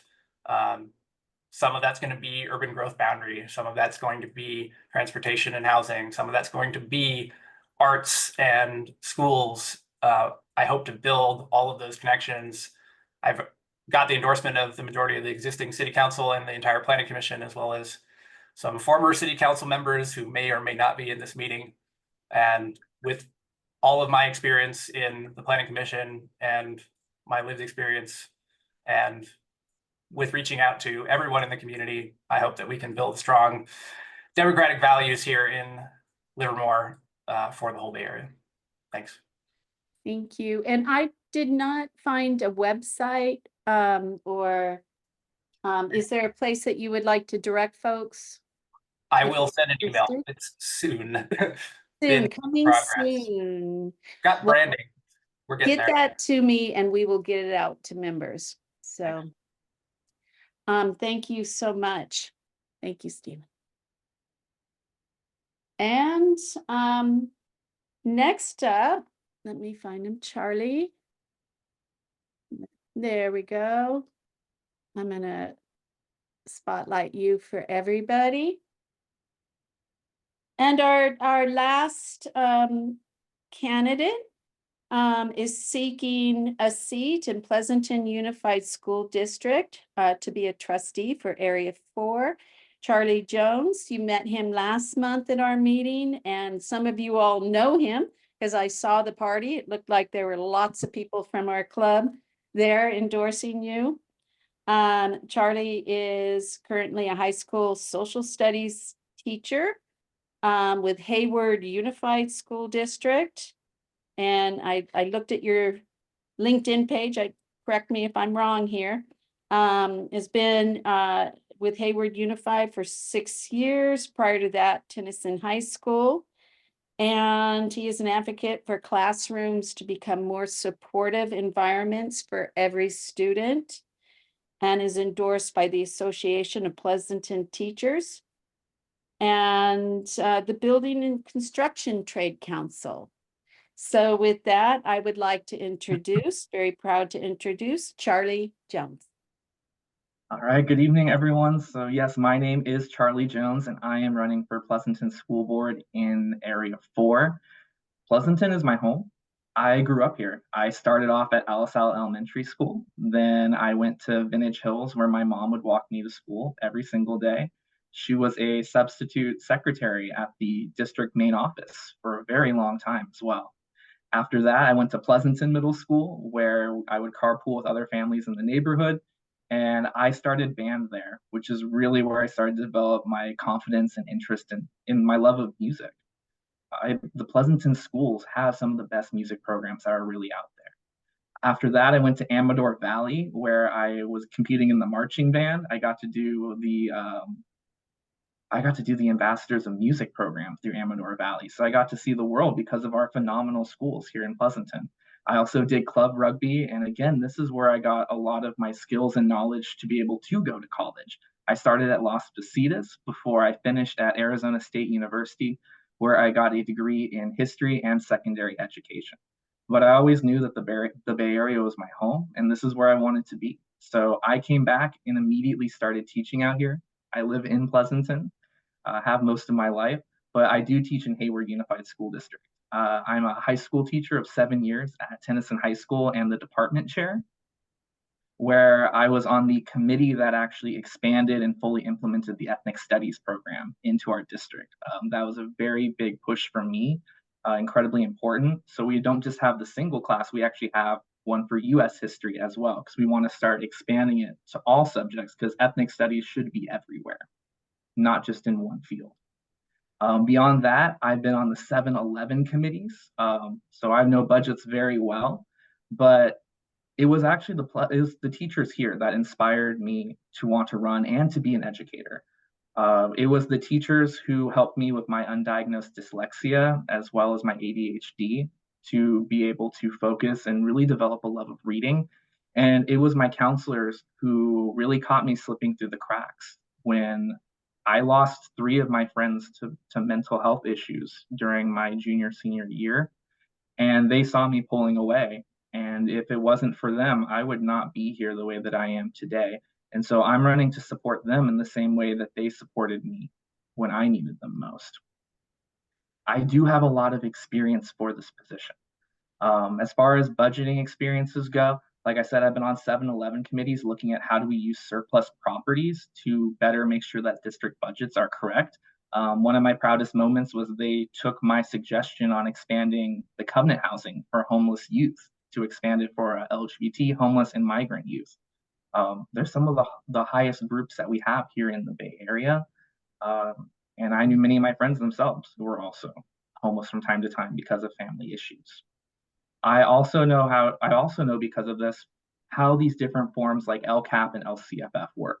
So I don't need training. I can start on day one with this material, because this is what I've been doing at my district, trying to help balance the budget issues that we had over there. And we're in a pretty good place now. We do have a fully qualified budget. My concern is that Pleasanton's district has lost its way. We're seeing, again, deficit spending now for over 5 years in a row, and we're running out of the money to be able to continue doing that. We're going to have to do $3.7 million again and look for a way to cut $13 million from the budget if we can't really work out a way to make that right. On top of this, some of the cuts that they've looked at, and why I think they've lost their way, was we were looking at cutting counselors. We can't afford to cut academic counselors or social emotional counselors. We can't narrow it down to 4 days, because we don't get to pick when a child has an emergency or when a child has a crisis. We need to be better about that. The budget is the priority of the district, and right now it's not prioritizing students. We've also been going to impasse for 3 years actually. We're losing highly qualified teachers because they're burnt out. So for me, true community outreach is incredibly important. A lot of people heard that we might be doing a parcel tax, but they never actually sent that information out to any of our labor partners. A lot of our community never got that survey. I randomly did, and I notified them that it was happening. But without us actually doing full outreach, meeting people where they are, we're not really serving this community. I spoke at the board meeting a couple of nights ago, actually, because when they were doing their data, they didn't break it down by ethnicity when asking families important questions, like we're looking at how police officers on campus sites work. We're not a monolith. Every community has different views and opinions on that topic. And so without that data being broken down, are we truly serving and understanding what the community wants or needs? But also we need to have high quality and competitive schools. And if we don't fix this budget, we're going to keep seeing these programs that we love and that we care about being cut or at risk of being cut. People are going to lose the supports that they desperately need to make sure that they don't slip through the cracks. And so that's why I'm running, because we need somebody who is experienced in these types of situations, who's been in education. I've been in education before COVID, during COVID, and I'll be the only person on that board who is still teaching after COVID. I've seen the different professional developments. I've seen the mental and emotional issues and traumas that students are going for. I've used those practices in my class, especially trauma-informed teaching. And you need that type of knowledge on the board to best serve the needs of parents, students, and faculty. So I truly do believe that I can support people best in that position. It's also why I've been endorsed by the Association of Pleasanton Teachers, Building Trades, the California Young Democrats have, but I've also individually been endorsed by Jerry McNerney, Eric Swalwell, Cheryl Cocalio has also endorsed me. I'm actually working with her right now to bring the We the People program to Tennyson High School. We're really excited for that. I've also been endorsed by Evan Branning, who's a member of this club, and former Dublin Mayor Tim Sabranti. So what I would really like to do, though, is I would like to answer questions that you have. And there's a question from, did Stephen have his hand up? Oh, it's gone now. Van? So a couple of questions. One, Pleasanton has a relatively high amount of money in their budget that goes to administrators. And I'm wondering if you feel that needs to be throttled back a little bit to support better programs and teachers. And the other thing I'm wondering about is, what is your position on dealing with social media and possibly restricting uses of phones on campuses? So to answer your first question, I do think that we are very top heavy when it comes to the budget of administrators. Our superintendent makes more than districts with larger numbers of students than we have. And we're not seeing a lot of results, even though we're paying higher than, like, my district has 18,000 kids in it and our superintendent's paid less. And the results are still showing as stagnant. So I do think that's something that we need to address. At the last board meeting, they agreed to basically a Me Too clause without bargaining it, that our administrators are getting a 6% raise because the teachers necessarily are. That's not a 6% raise for somebody making $200,000 to $300,000 is not the same as a 6% raise for somebody making, in this district, starting is around 77 to 82,000. That's a huge difference. And there's no reason that we should be doing that. San Ramon has actually set it up so that administrators don't get, if teachers, for example, are only getting a 1% raise, administrators would only get a 1% raise. It's matched to anything less than 3%. As far as can you remind me your second question? The social media issues and whether, phones should be restricted on campuses, especially in junior high. So I actually have worked on a cell phone policy at my site for that exact reason. Social media is problematic. It is. It can be used as a really effective tool. Like, don't get me wrong, like, phones can be used in class for things from Kahoot to all kinds of different programs. The issue is, if you let a student hold on to the phone the entire time, we have a dopamine addiction problem right now to needing that constantly. So, like, what I believe we do need to do is, whether it's the phone pocket cases on the wall, or if we need to actually create a district-wide one that gives teachers more autonomy control over it, we do need to limit the ability of cell phone use at school sites. It's both for mental health, but it's also just for the academic setting. Thank you. Trish? Hi there. So I've heard good things about you from various people. But what I want to talk about is a tricky issue. You mentioned ethnic studies. I'm a great supporter of ethnic studies in principle. I am not a great supporter of the ethnic studies program that I believe Hayward's school board adopted, the liberated ethnic studies. Is that correct? Am I correct that Hayward was adopted that? So Hayward Unified partnered with Liberated to create lessons for ethnic studies. But what the district doesn't have control over is whether or not that is actually used, because the teacher contract in my district has academic freedom written into it. Mm-hmm. And so, for example, that's why, like, when we were working on the U.S. history ethnic studies lesson plans for our schools, a lot of it didn't necessarily come from Liberated, and we created it more as a menu of a bunch of different programs being like, hey, these are ones that you are allowed to use. You are not obligated to use those. Okay. Could you speak a little bit about how you're thinking about, what I'm asking very specifically about is, I'm Jewish. There is a synagogue in Pleasanton. We have people who belong across the Tri-Valley. Liberated ethnic studies is, in my opinion, and the opinion of many, anti-Semitic, period. I guess what I'd want to know, and like I said, I've heard very good things about you. I really enjoy I appreciate your answers, but I mean, I guess what I want is sort of a hard line on the kind of ethnic studies that's taught. That would reassure me. I live in Livermore, so I'm not going to be voting for you, but I know people who are. So, and I just mean that I care. That's why I care. So like I said, I'll start with this. The district is the one that is paying for liberated ethnic studies. I disagree with liberated ethnic studies on their view of Israel and how that situation is taking place, which is why I, for example, do not use their lessons in regard to that.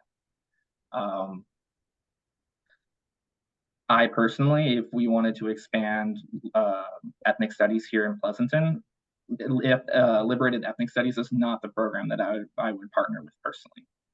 Thank you very much. That was thank you. Joseph? Joseph, do you have a question? Your hand's raised. I did. You mentioned the administrator pay being, like 200, 300,000. I'm like, why are they, getting that? I mean, what are their qualifications to get that is what I'm curious about. Okay, so it depends on the district. So usually you want to have a MA or a PhD, for example, to get into that position. So there is a lot that comes with it, or just an administrator credential can also be tied onto it. And then you either can hire from in-house, where you start as a principal and then you work your way up through it, or they might hire from outside. It just depends on what you're looking for.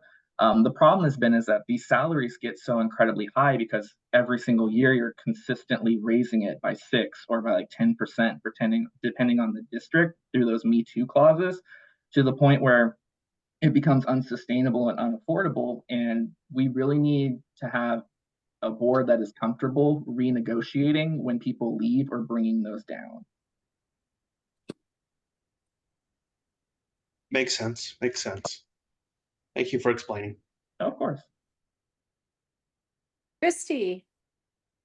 Hi, Charlie. I commend you for running. When I decided I was going to run for city council instead of school board this time, first thing I did was to try to recruit someone to run for my position, and almost everybody's response was, "Are you crazy?" This is not an easy time to serve on school boards. So I really appreciate you stepping up to do this. My question for you is that we know that we're expecting budget cuts coming in at least in the next couple of years.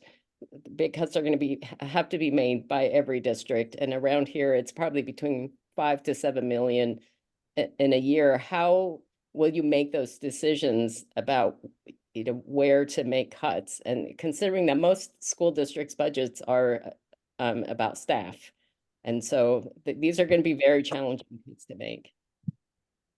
I don't disagree with that. You are 100% right. One of the issues that comes from, I would say, from Pleasanton as well is we mentioned. So I'll start with, when we do cuts like this, one of the very first things that you actually really need strong input from is community, parents, and your stakeholders, which we have not really seen that collaboration as it should be. And that's why people have been so mad. It's why they've shown up to certain board meetings on certain topics. So we need to start there. But then once we start getting into it, it is looking at, is our administration staff, how top heavy is that? How much can we potentially not just downsize or combine, but how many roles are fully redundant? That's been an issue in quite a few, but that's not going to solve the entire budget issue either. It's going to be, the more cuts we have to make is going to depend on how good we are at finding state and federal grants, which Pleasanton can do. It is difficult because we have less duplicated students than other districts, but it is doable. But what would really help Pleasanton, and I brought it up a couple nights ago, is we have 13,200 kids with declining enrollment. But when you look at the census data for this town, for ages 5 to 17, we actually have 15,000 students in it. So there's a huge gap in our ADA funding between what we should have and what we don't. So if the city wants to be a city, if our school district wants to be serious as well about resolving this money issue, we need to find a way to pull a lot of those kids back in, figuring out why parents are not either first enrolling their kids in or why are they pulling them out. So that's calling these parents, it's doing exit surveys or entrance surveys, anything we can, because the more of that money that we can pull back into the district, the less painful these cuts are going to end up being from our budget. Thank you for that. Of course. Nelson. Hey, good evening, everyone. I know this isn't quite affecting Pleasanton students, but I think, as a experienced teacher, that in many metropoles throughout the state, there's a high degree of student homelessness right now. 10 to 15% of a lot of school districts in the state have housing insecure students and who are chronically homeless. What would be your dream solution in the whole framework of trying to solve, that level of harm? Yeah. So a lot of those kids are also known as McKinney-Bento kids. My site, Tennyson is a World House school, so a lot of our students are migrant, double duplicated students. Like, I teach with a lot of those. The first kids I ever taught were actually sheltered and predominantly migrant students from these exact situations, and about 137 of our students are homeless.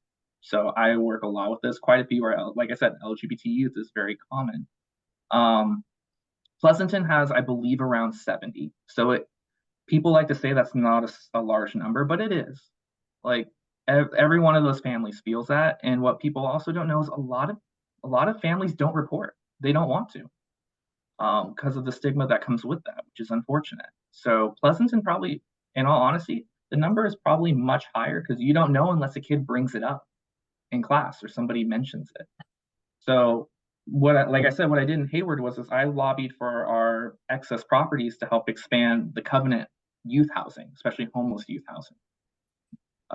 I also believe that we can partner with different, which is a semi-faith group as well. But for me, I truly do think that the solution for this is the district being willing to partner, not just on housing, but making sure that we provide the costs or the different programs, basically the wraparound services needed to make sure, does your school maybe need to use community school funds, if possible, to build maybe a dry cleaning center on it for washers and dryers? Do you need a food pantry at your school site potentially?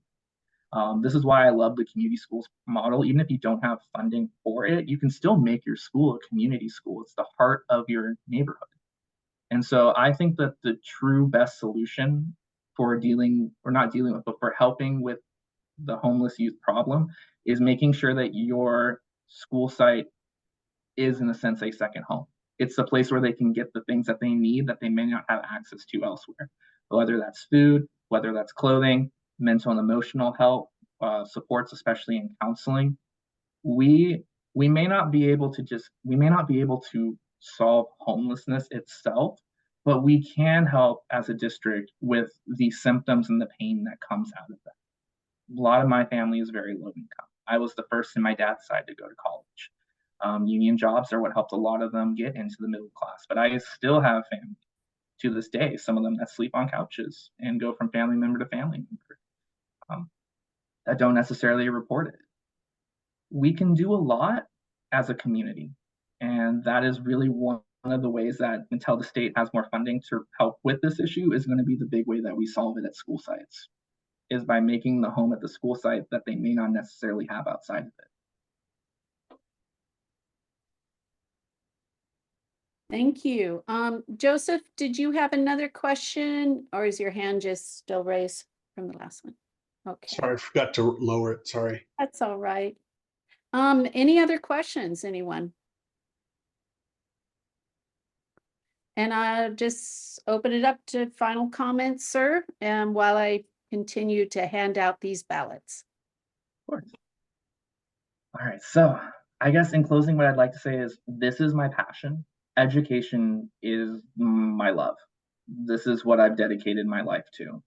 I always knew that I was never going to be able to afford or have children, so I dedicated my life to supporting and educating other people's children, because I thought that that was an admirable and a great thing to do to help with the future generations that are coming up.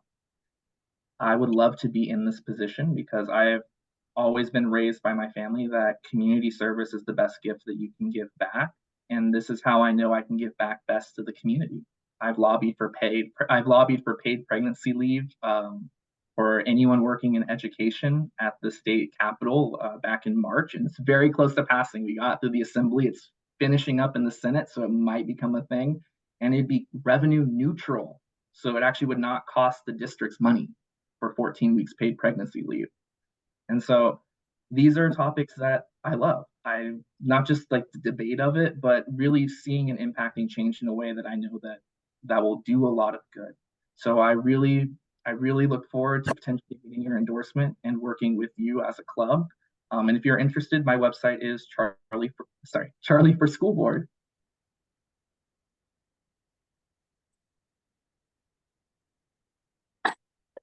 And I just posted it in the chat. Oh, thank you. I think I got it right. Double check it. Yes. It was freehand. Thank you. Thank you. Thank you for all of our speakers tonight, and good luck to all of our candidates. During Charlie's presentation, I was sending out some ballots to you all. Everybody that I knew of that should be current members, that based on what I heard and what people were doing tonight. Is there anybody that did not receive their ballot that is? Okay. And Charlie, when did you join? Was that within the last month? 28 days. I think new members, you have to be at least 28 days. So let me just find you here. Charlie was on the March roster. Thank you. That's what I needed to know. Thank you. Jackie, where's the did I get sent one? Hold on a second. Let me get this one to Charlie. Who is that speaking, Van? Joseph. Oh, Joseph. I can't. Now, I haven't seen any form on my, is it in my Joseph, email? did you confirm with, Yeah, Joseph was a member in 23, and he paid earlier today, so okay, he's current. perfect. Also, There you go. so is Thad, I think it's Binkney. Thad and Phyllis I got, and Thad and Phyllis, you guys fill that out twice. Mokassi. Once for Phyllis. I got it to Susan and Karen and George. Again, if you guys have a family membership, each member can vote, so fill it out multiple times. Okay, just make sure to put a different name. If you're using the same email, that's okay, but you have to have a different name. If I see a duplicate, like Sharon Goldberg twice, I'm gonna kick one of them out, so. We one didn't vote. get any. haven't gotten Neither it yet. Goldberg got it. Okay, let me resend it to, hold on. I think I Send it sent- to Ellis. There you go. I did not get one either. Okay, it was a little, let me Get it? send it again. Okay, Alan and Mary Perner, you didn't get yours. Let me resend it. I still haven't gotten mine. Okay, Van Rainey. It's gonna come in the chat. Look in the chat. Oh. See you Look at later. the It's in the chat. I direct Oh. chatted it directly to you, each person. So look I in the didn't get it. chat and you will see it. Let me get Jeff. Let me resend this. Oh, okay. You didn't, I was expecting it in an email. Well, Okay. you know, email can take a while and people can't find it. Okay. Figured this is easier. I can't. I got it, find Jackie. Thank you. Okay. I still haven't. Van, This is that Van. Van? Yeah.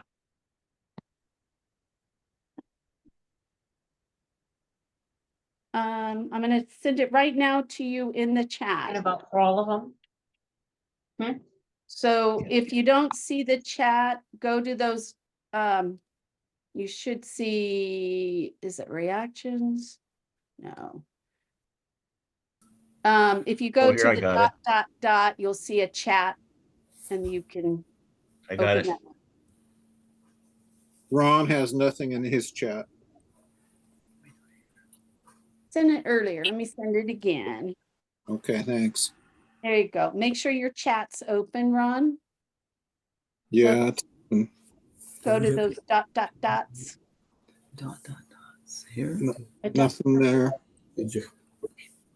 Didn't get it. I show it came through to you in a direct chat. Oh, here just came through. It says forms. Right, click on that form Okay, just came through. and that and Phyllis, you guys didn't get yours. Let me. I haven't seen it. Okay. Do you have your chat window open? So go to those little for more dot, and you should see a thing says chat and open that up. And you should see a message. Okay, I'm looking at the chat.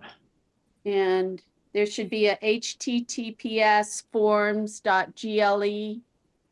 Oh, okay. Yeah, click on that. Well, she And if it, school board. make sure you can get in there.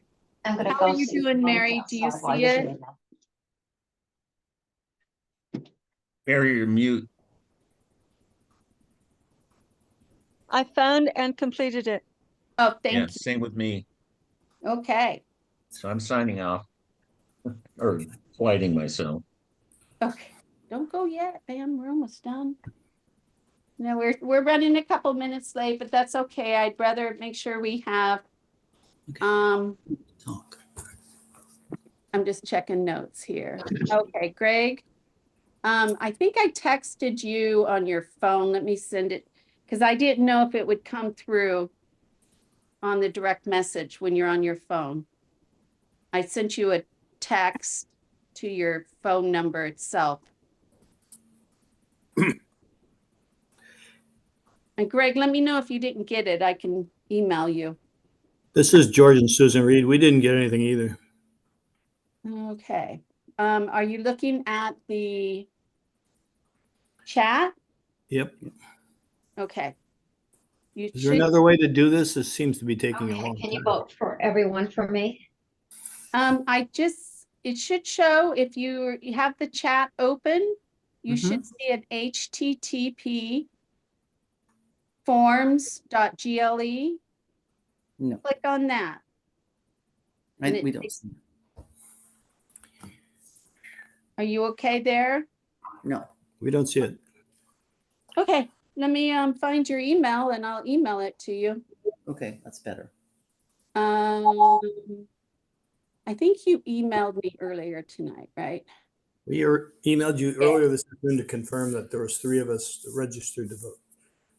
Yeah, if you have a family membership, you can have up to the 4 people in your household. Make sure to fill out 1 for each person, filling it out.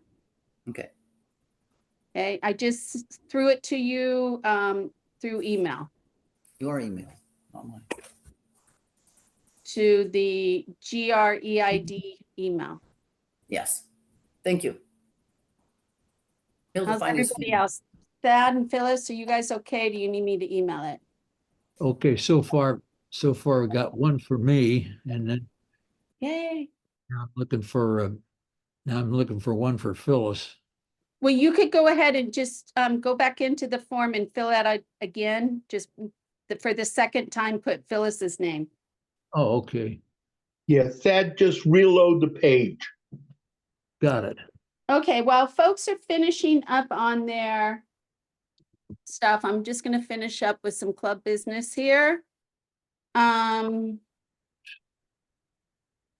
reminder, this weekend is the birthday party for Jerry McNerney and our very own parliamentarian Ronald Lawrence, his band is going to play at the event. So yay. I did send that information out. It's not for general public, so it's not posted on the social media sites.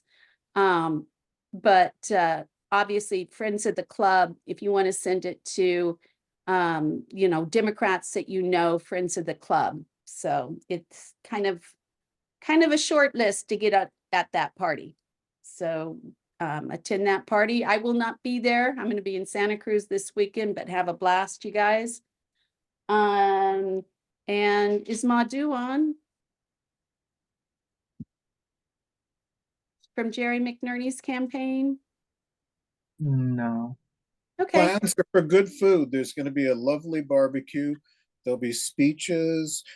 There'll be fun. There'll be music by the soft rock band that I run, Baby Boomer Flashbacks.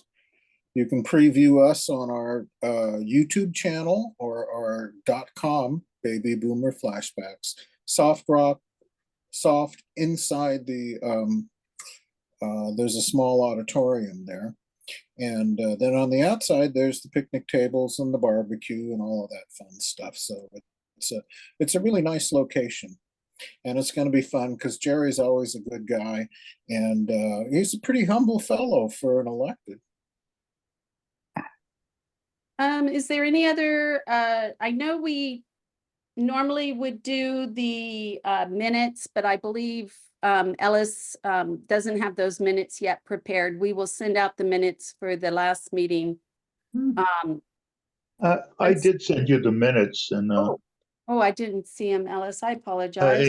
anyway, it's 3 pages. It's too long to go into. Yeah, I don't think we need to read them all, but what I will do is go ahead and forward them out to members. If there's any corrections, email back Ellis and let him know, and then we will get those approved for the next. I believe Thad and Phyllis, did you guys have time to submit your vote?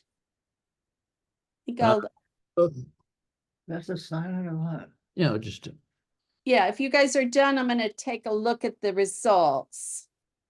Is there any other club business? Anyone? Alan, do you want to give a treasurer's report while I'm checking these? Sure, it'll be brief. Yes, sir. We had income this month of $95 for dues, expense for the credit card fees of $3.23, leaving us an overall increase in balance of $91.77. Our beginning balance was $25.48.35. Our ending balance is $26.40.12. This compares almost exactly to last year at this time and year to date of last year. So we have 81 members plus an additional 4 who joined after I filled this out. So we're really up to about 85 members. Thank Good you. report. And I think we were just, Valerie, I have your ballots here. So everything is in. There's a question to me on a text. Okay, and the results are in. And I'm just gonna, how about if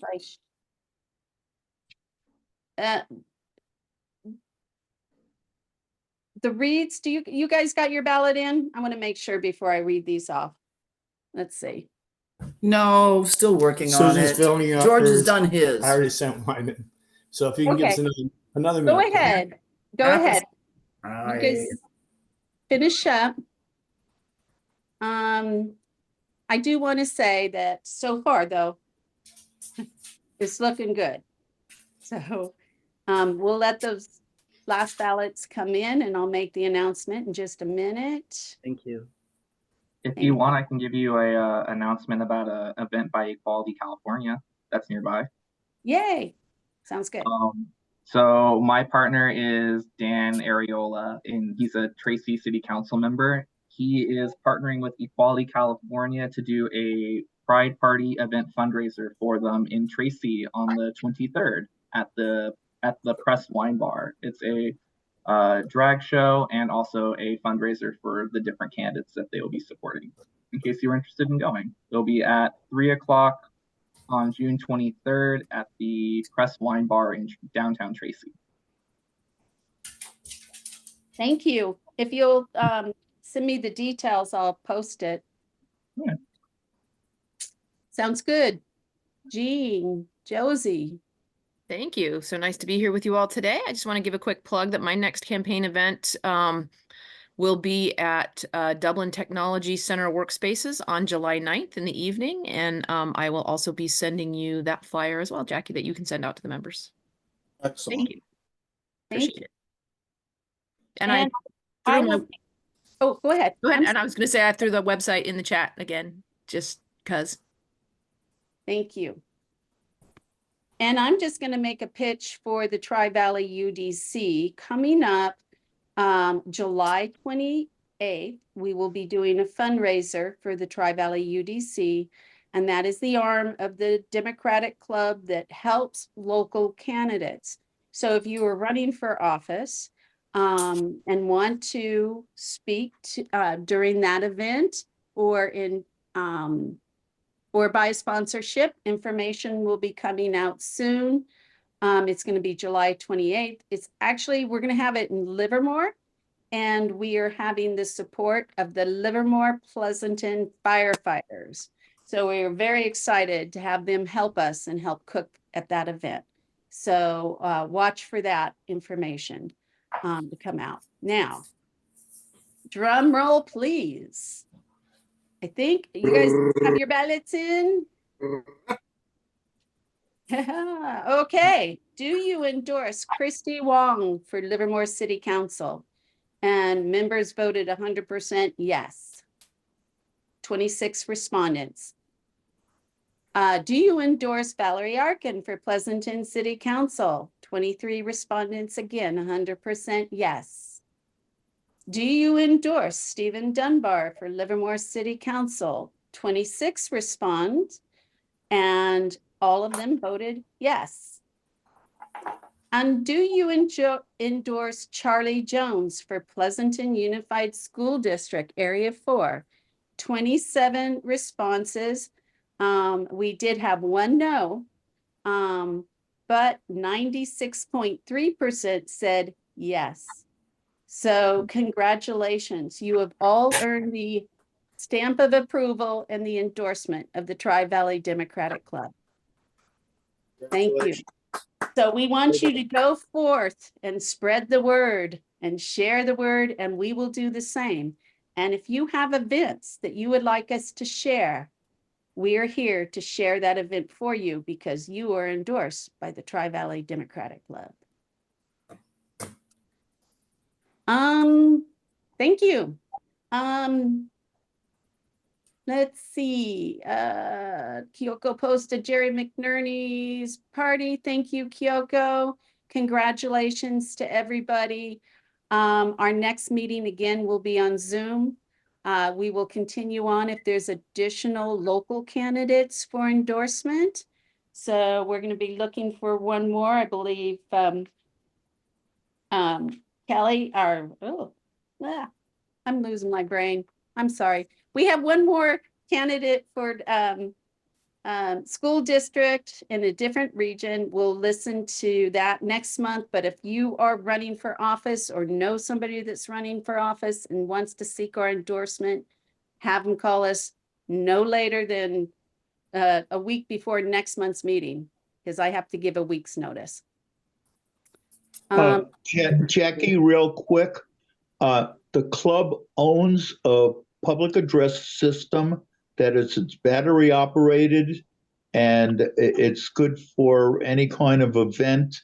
If you would like to borrow it, it's typically in my garage right now. Marisol Rubio is using it, but it's available to all the endorsed candidates. Get a hold of me and you can borrow it. Thank you, Ellis. And with that, tonight, that concludes our meeting, and I'd like to adjourn this meeting. Thank you, folks. Thanks. Well done. Thank you.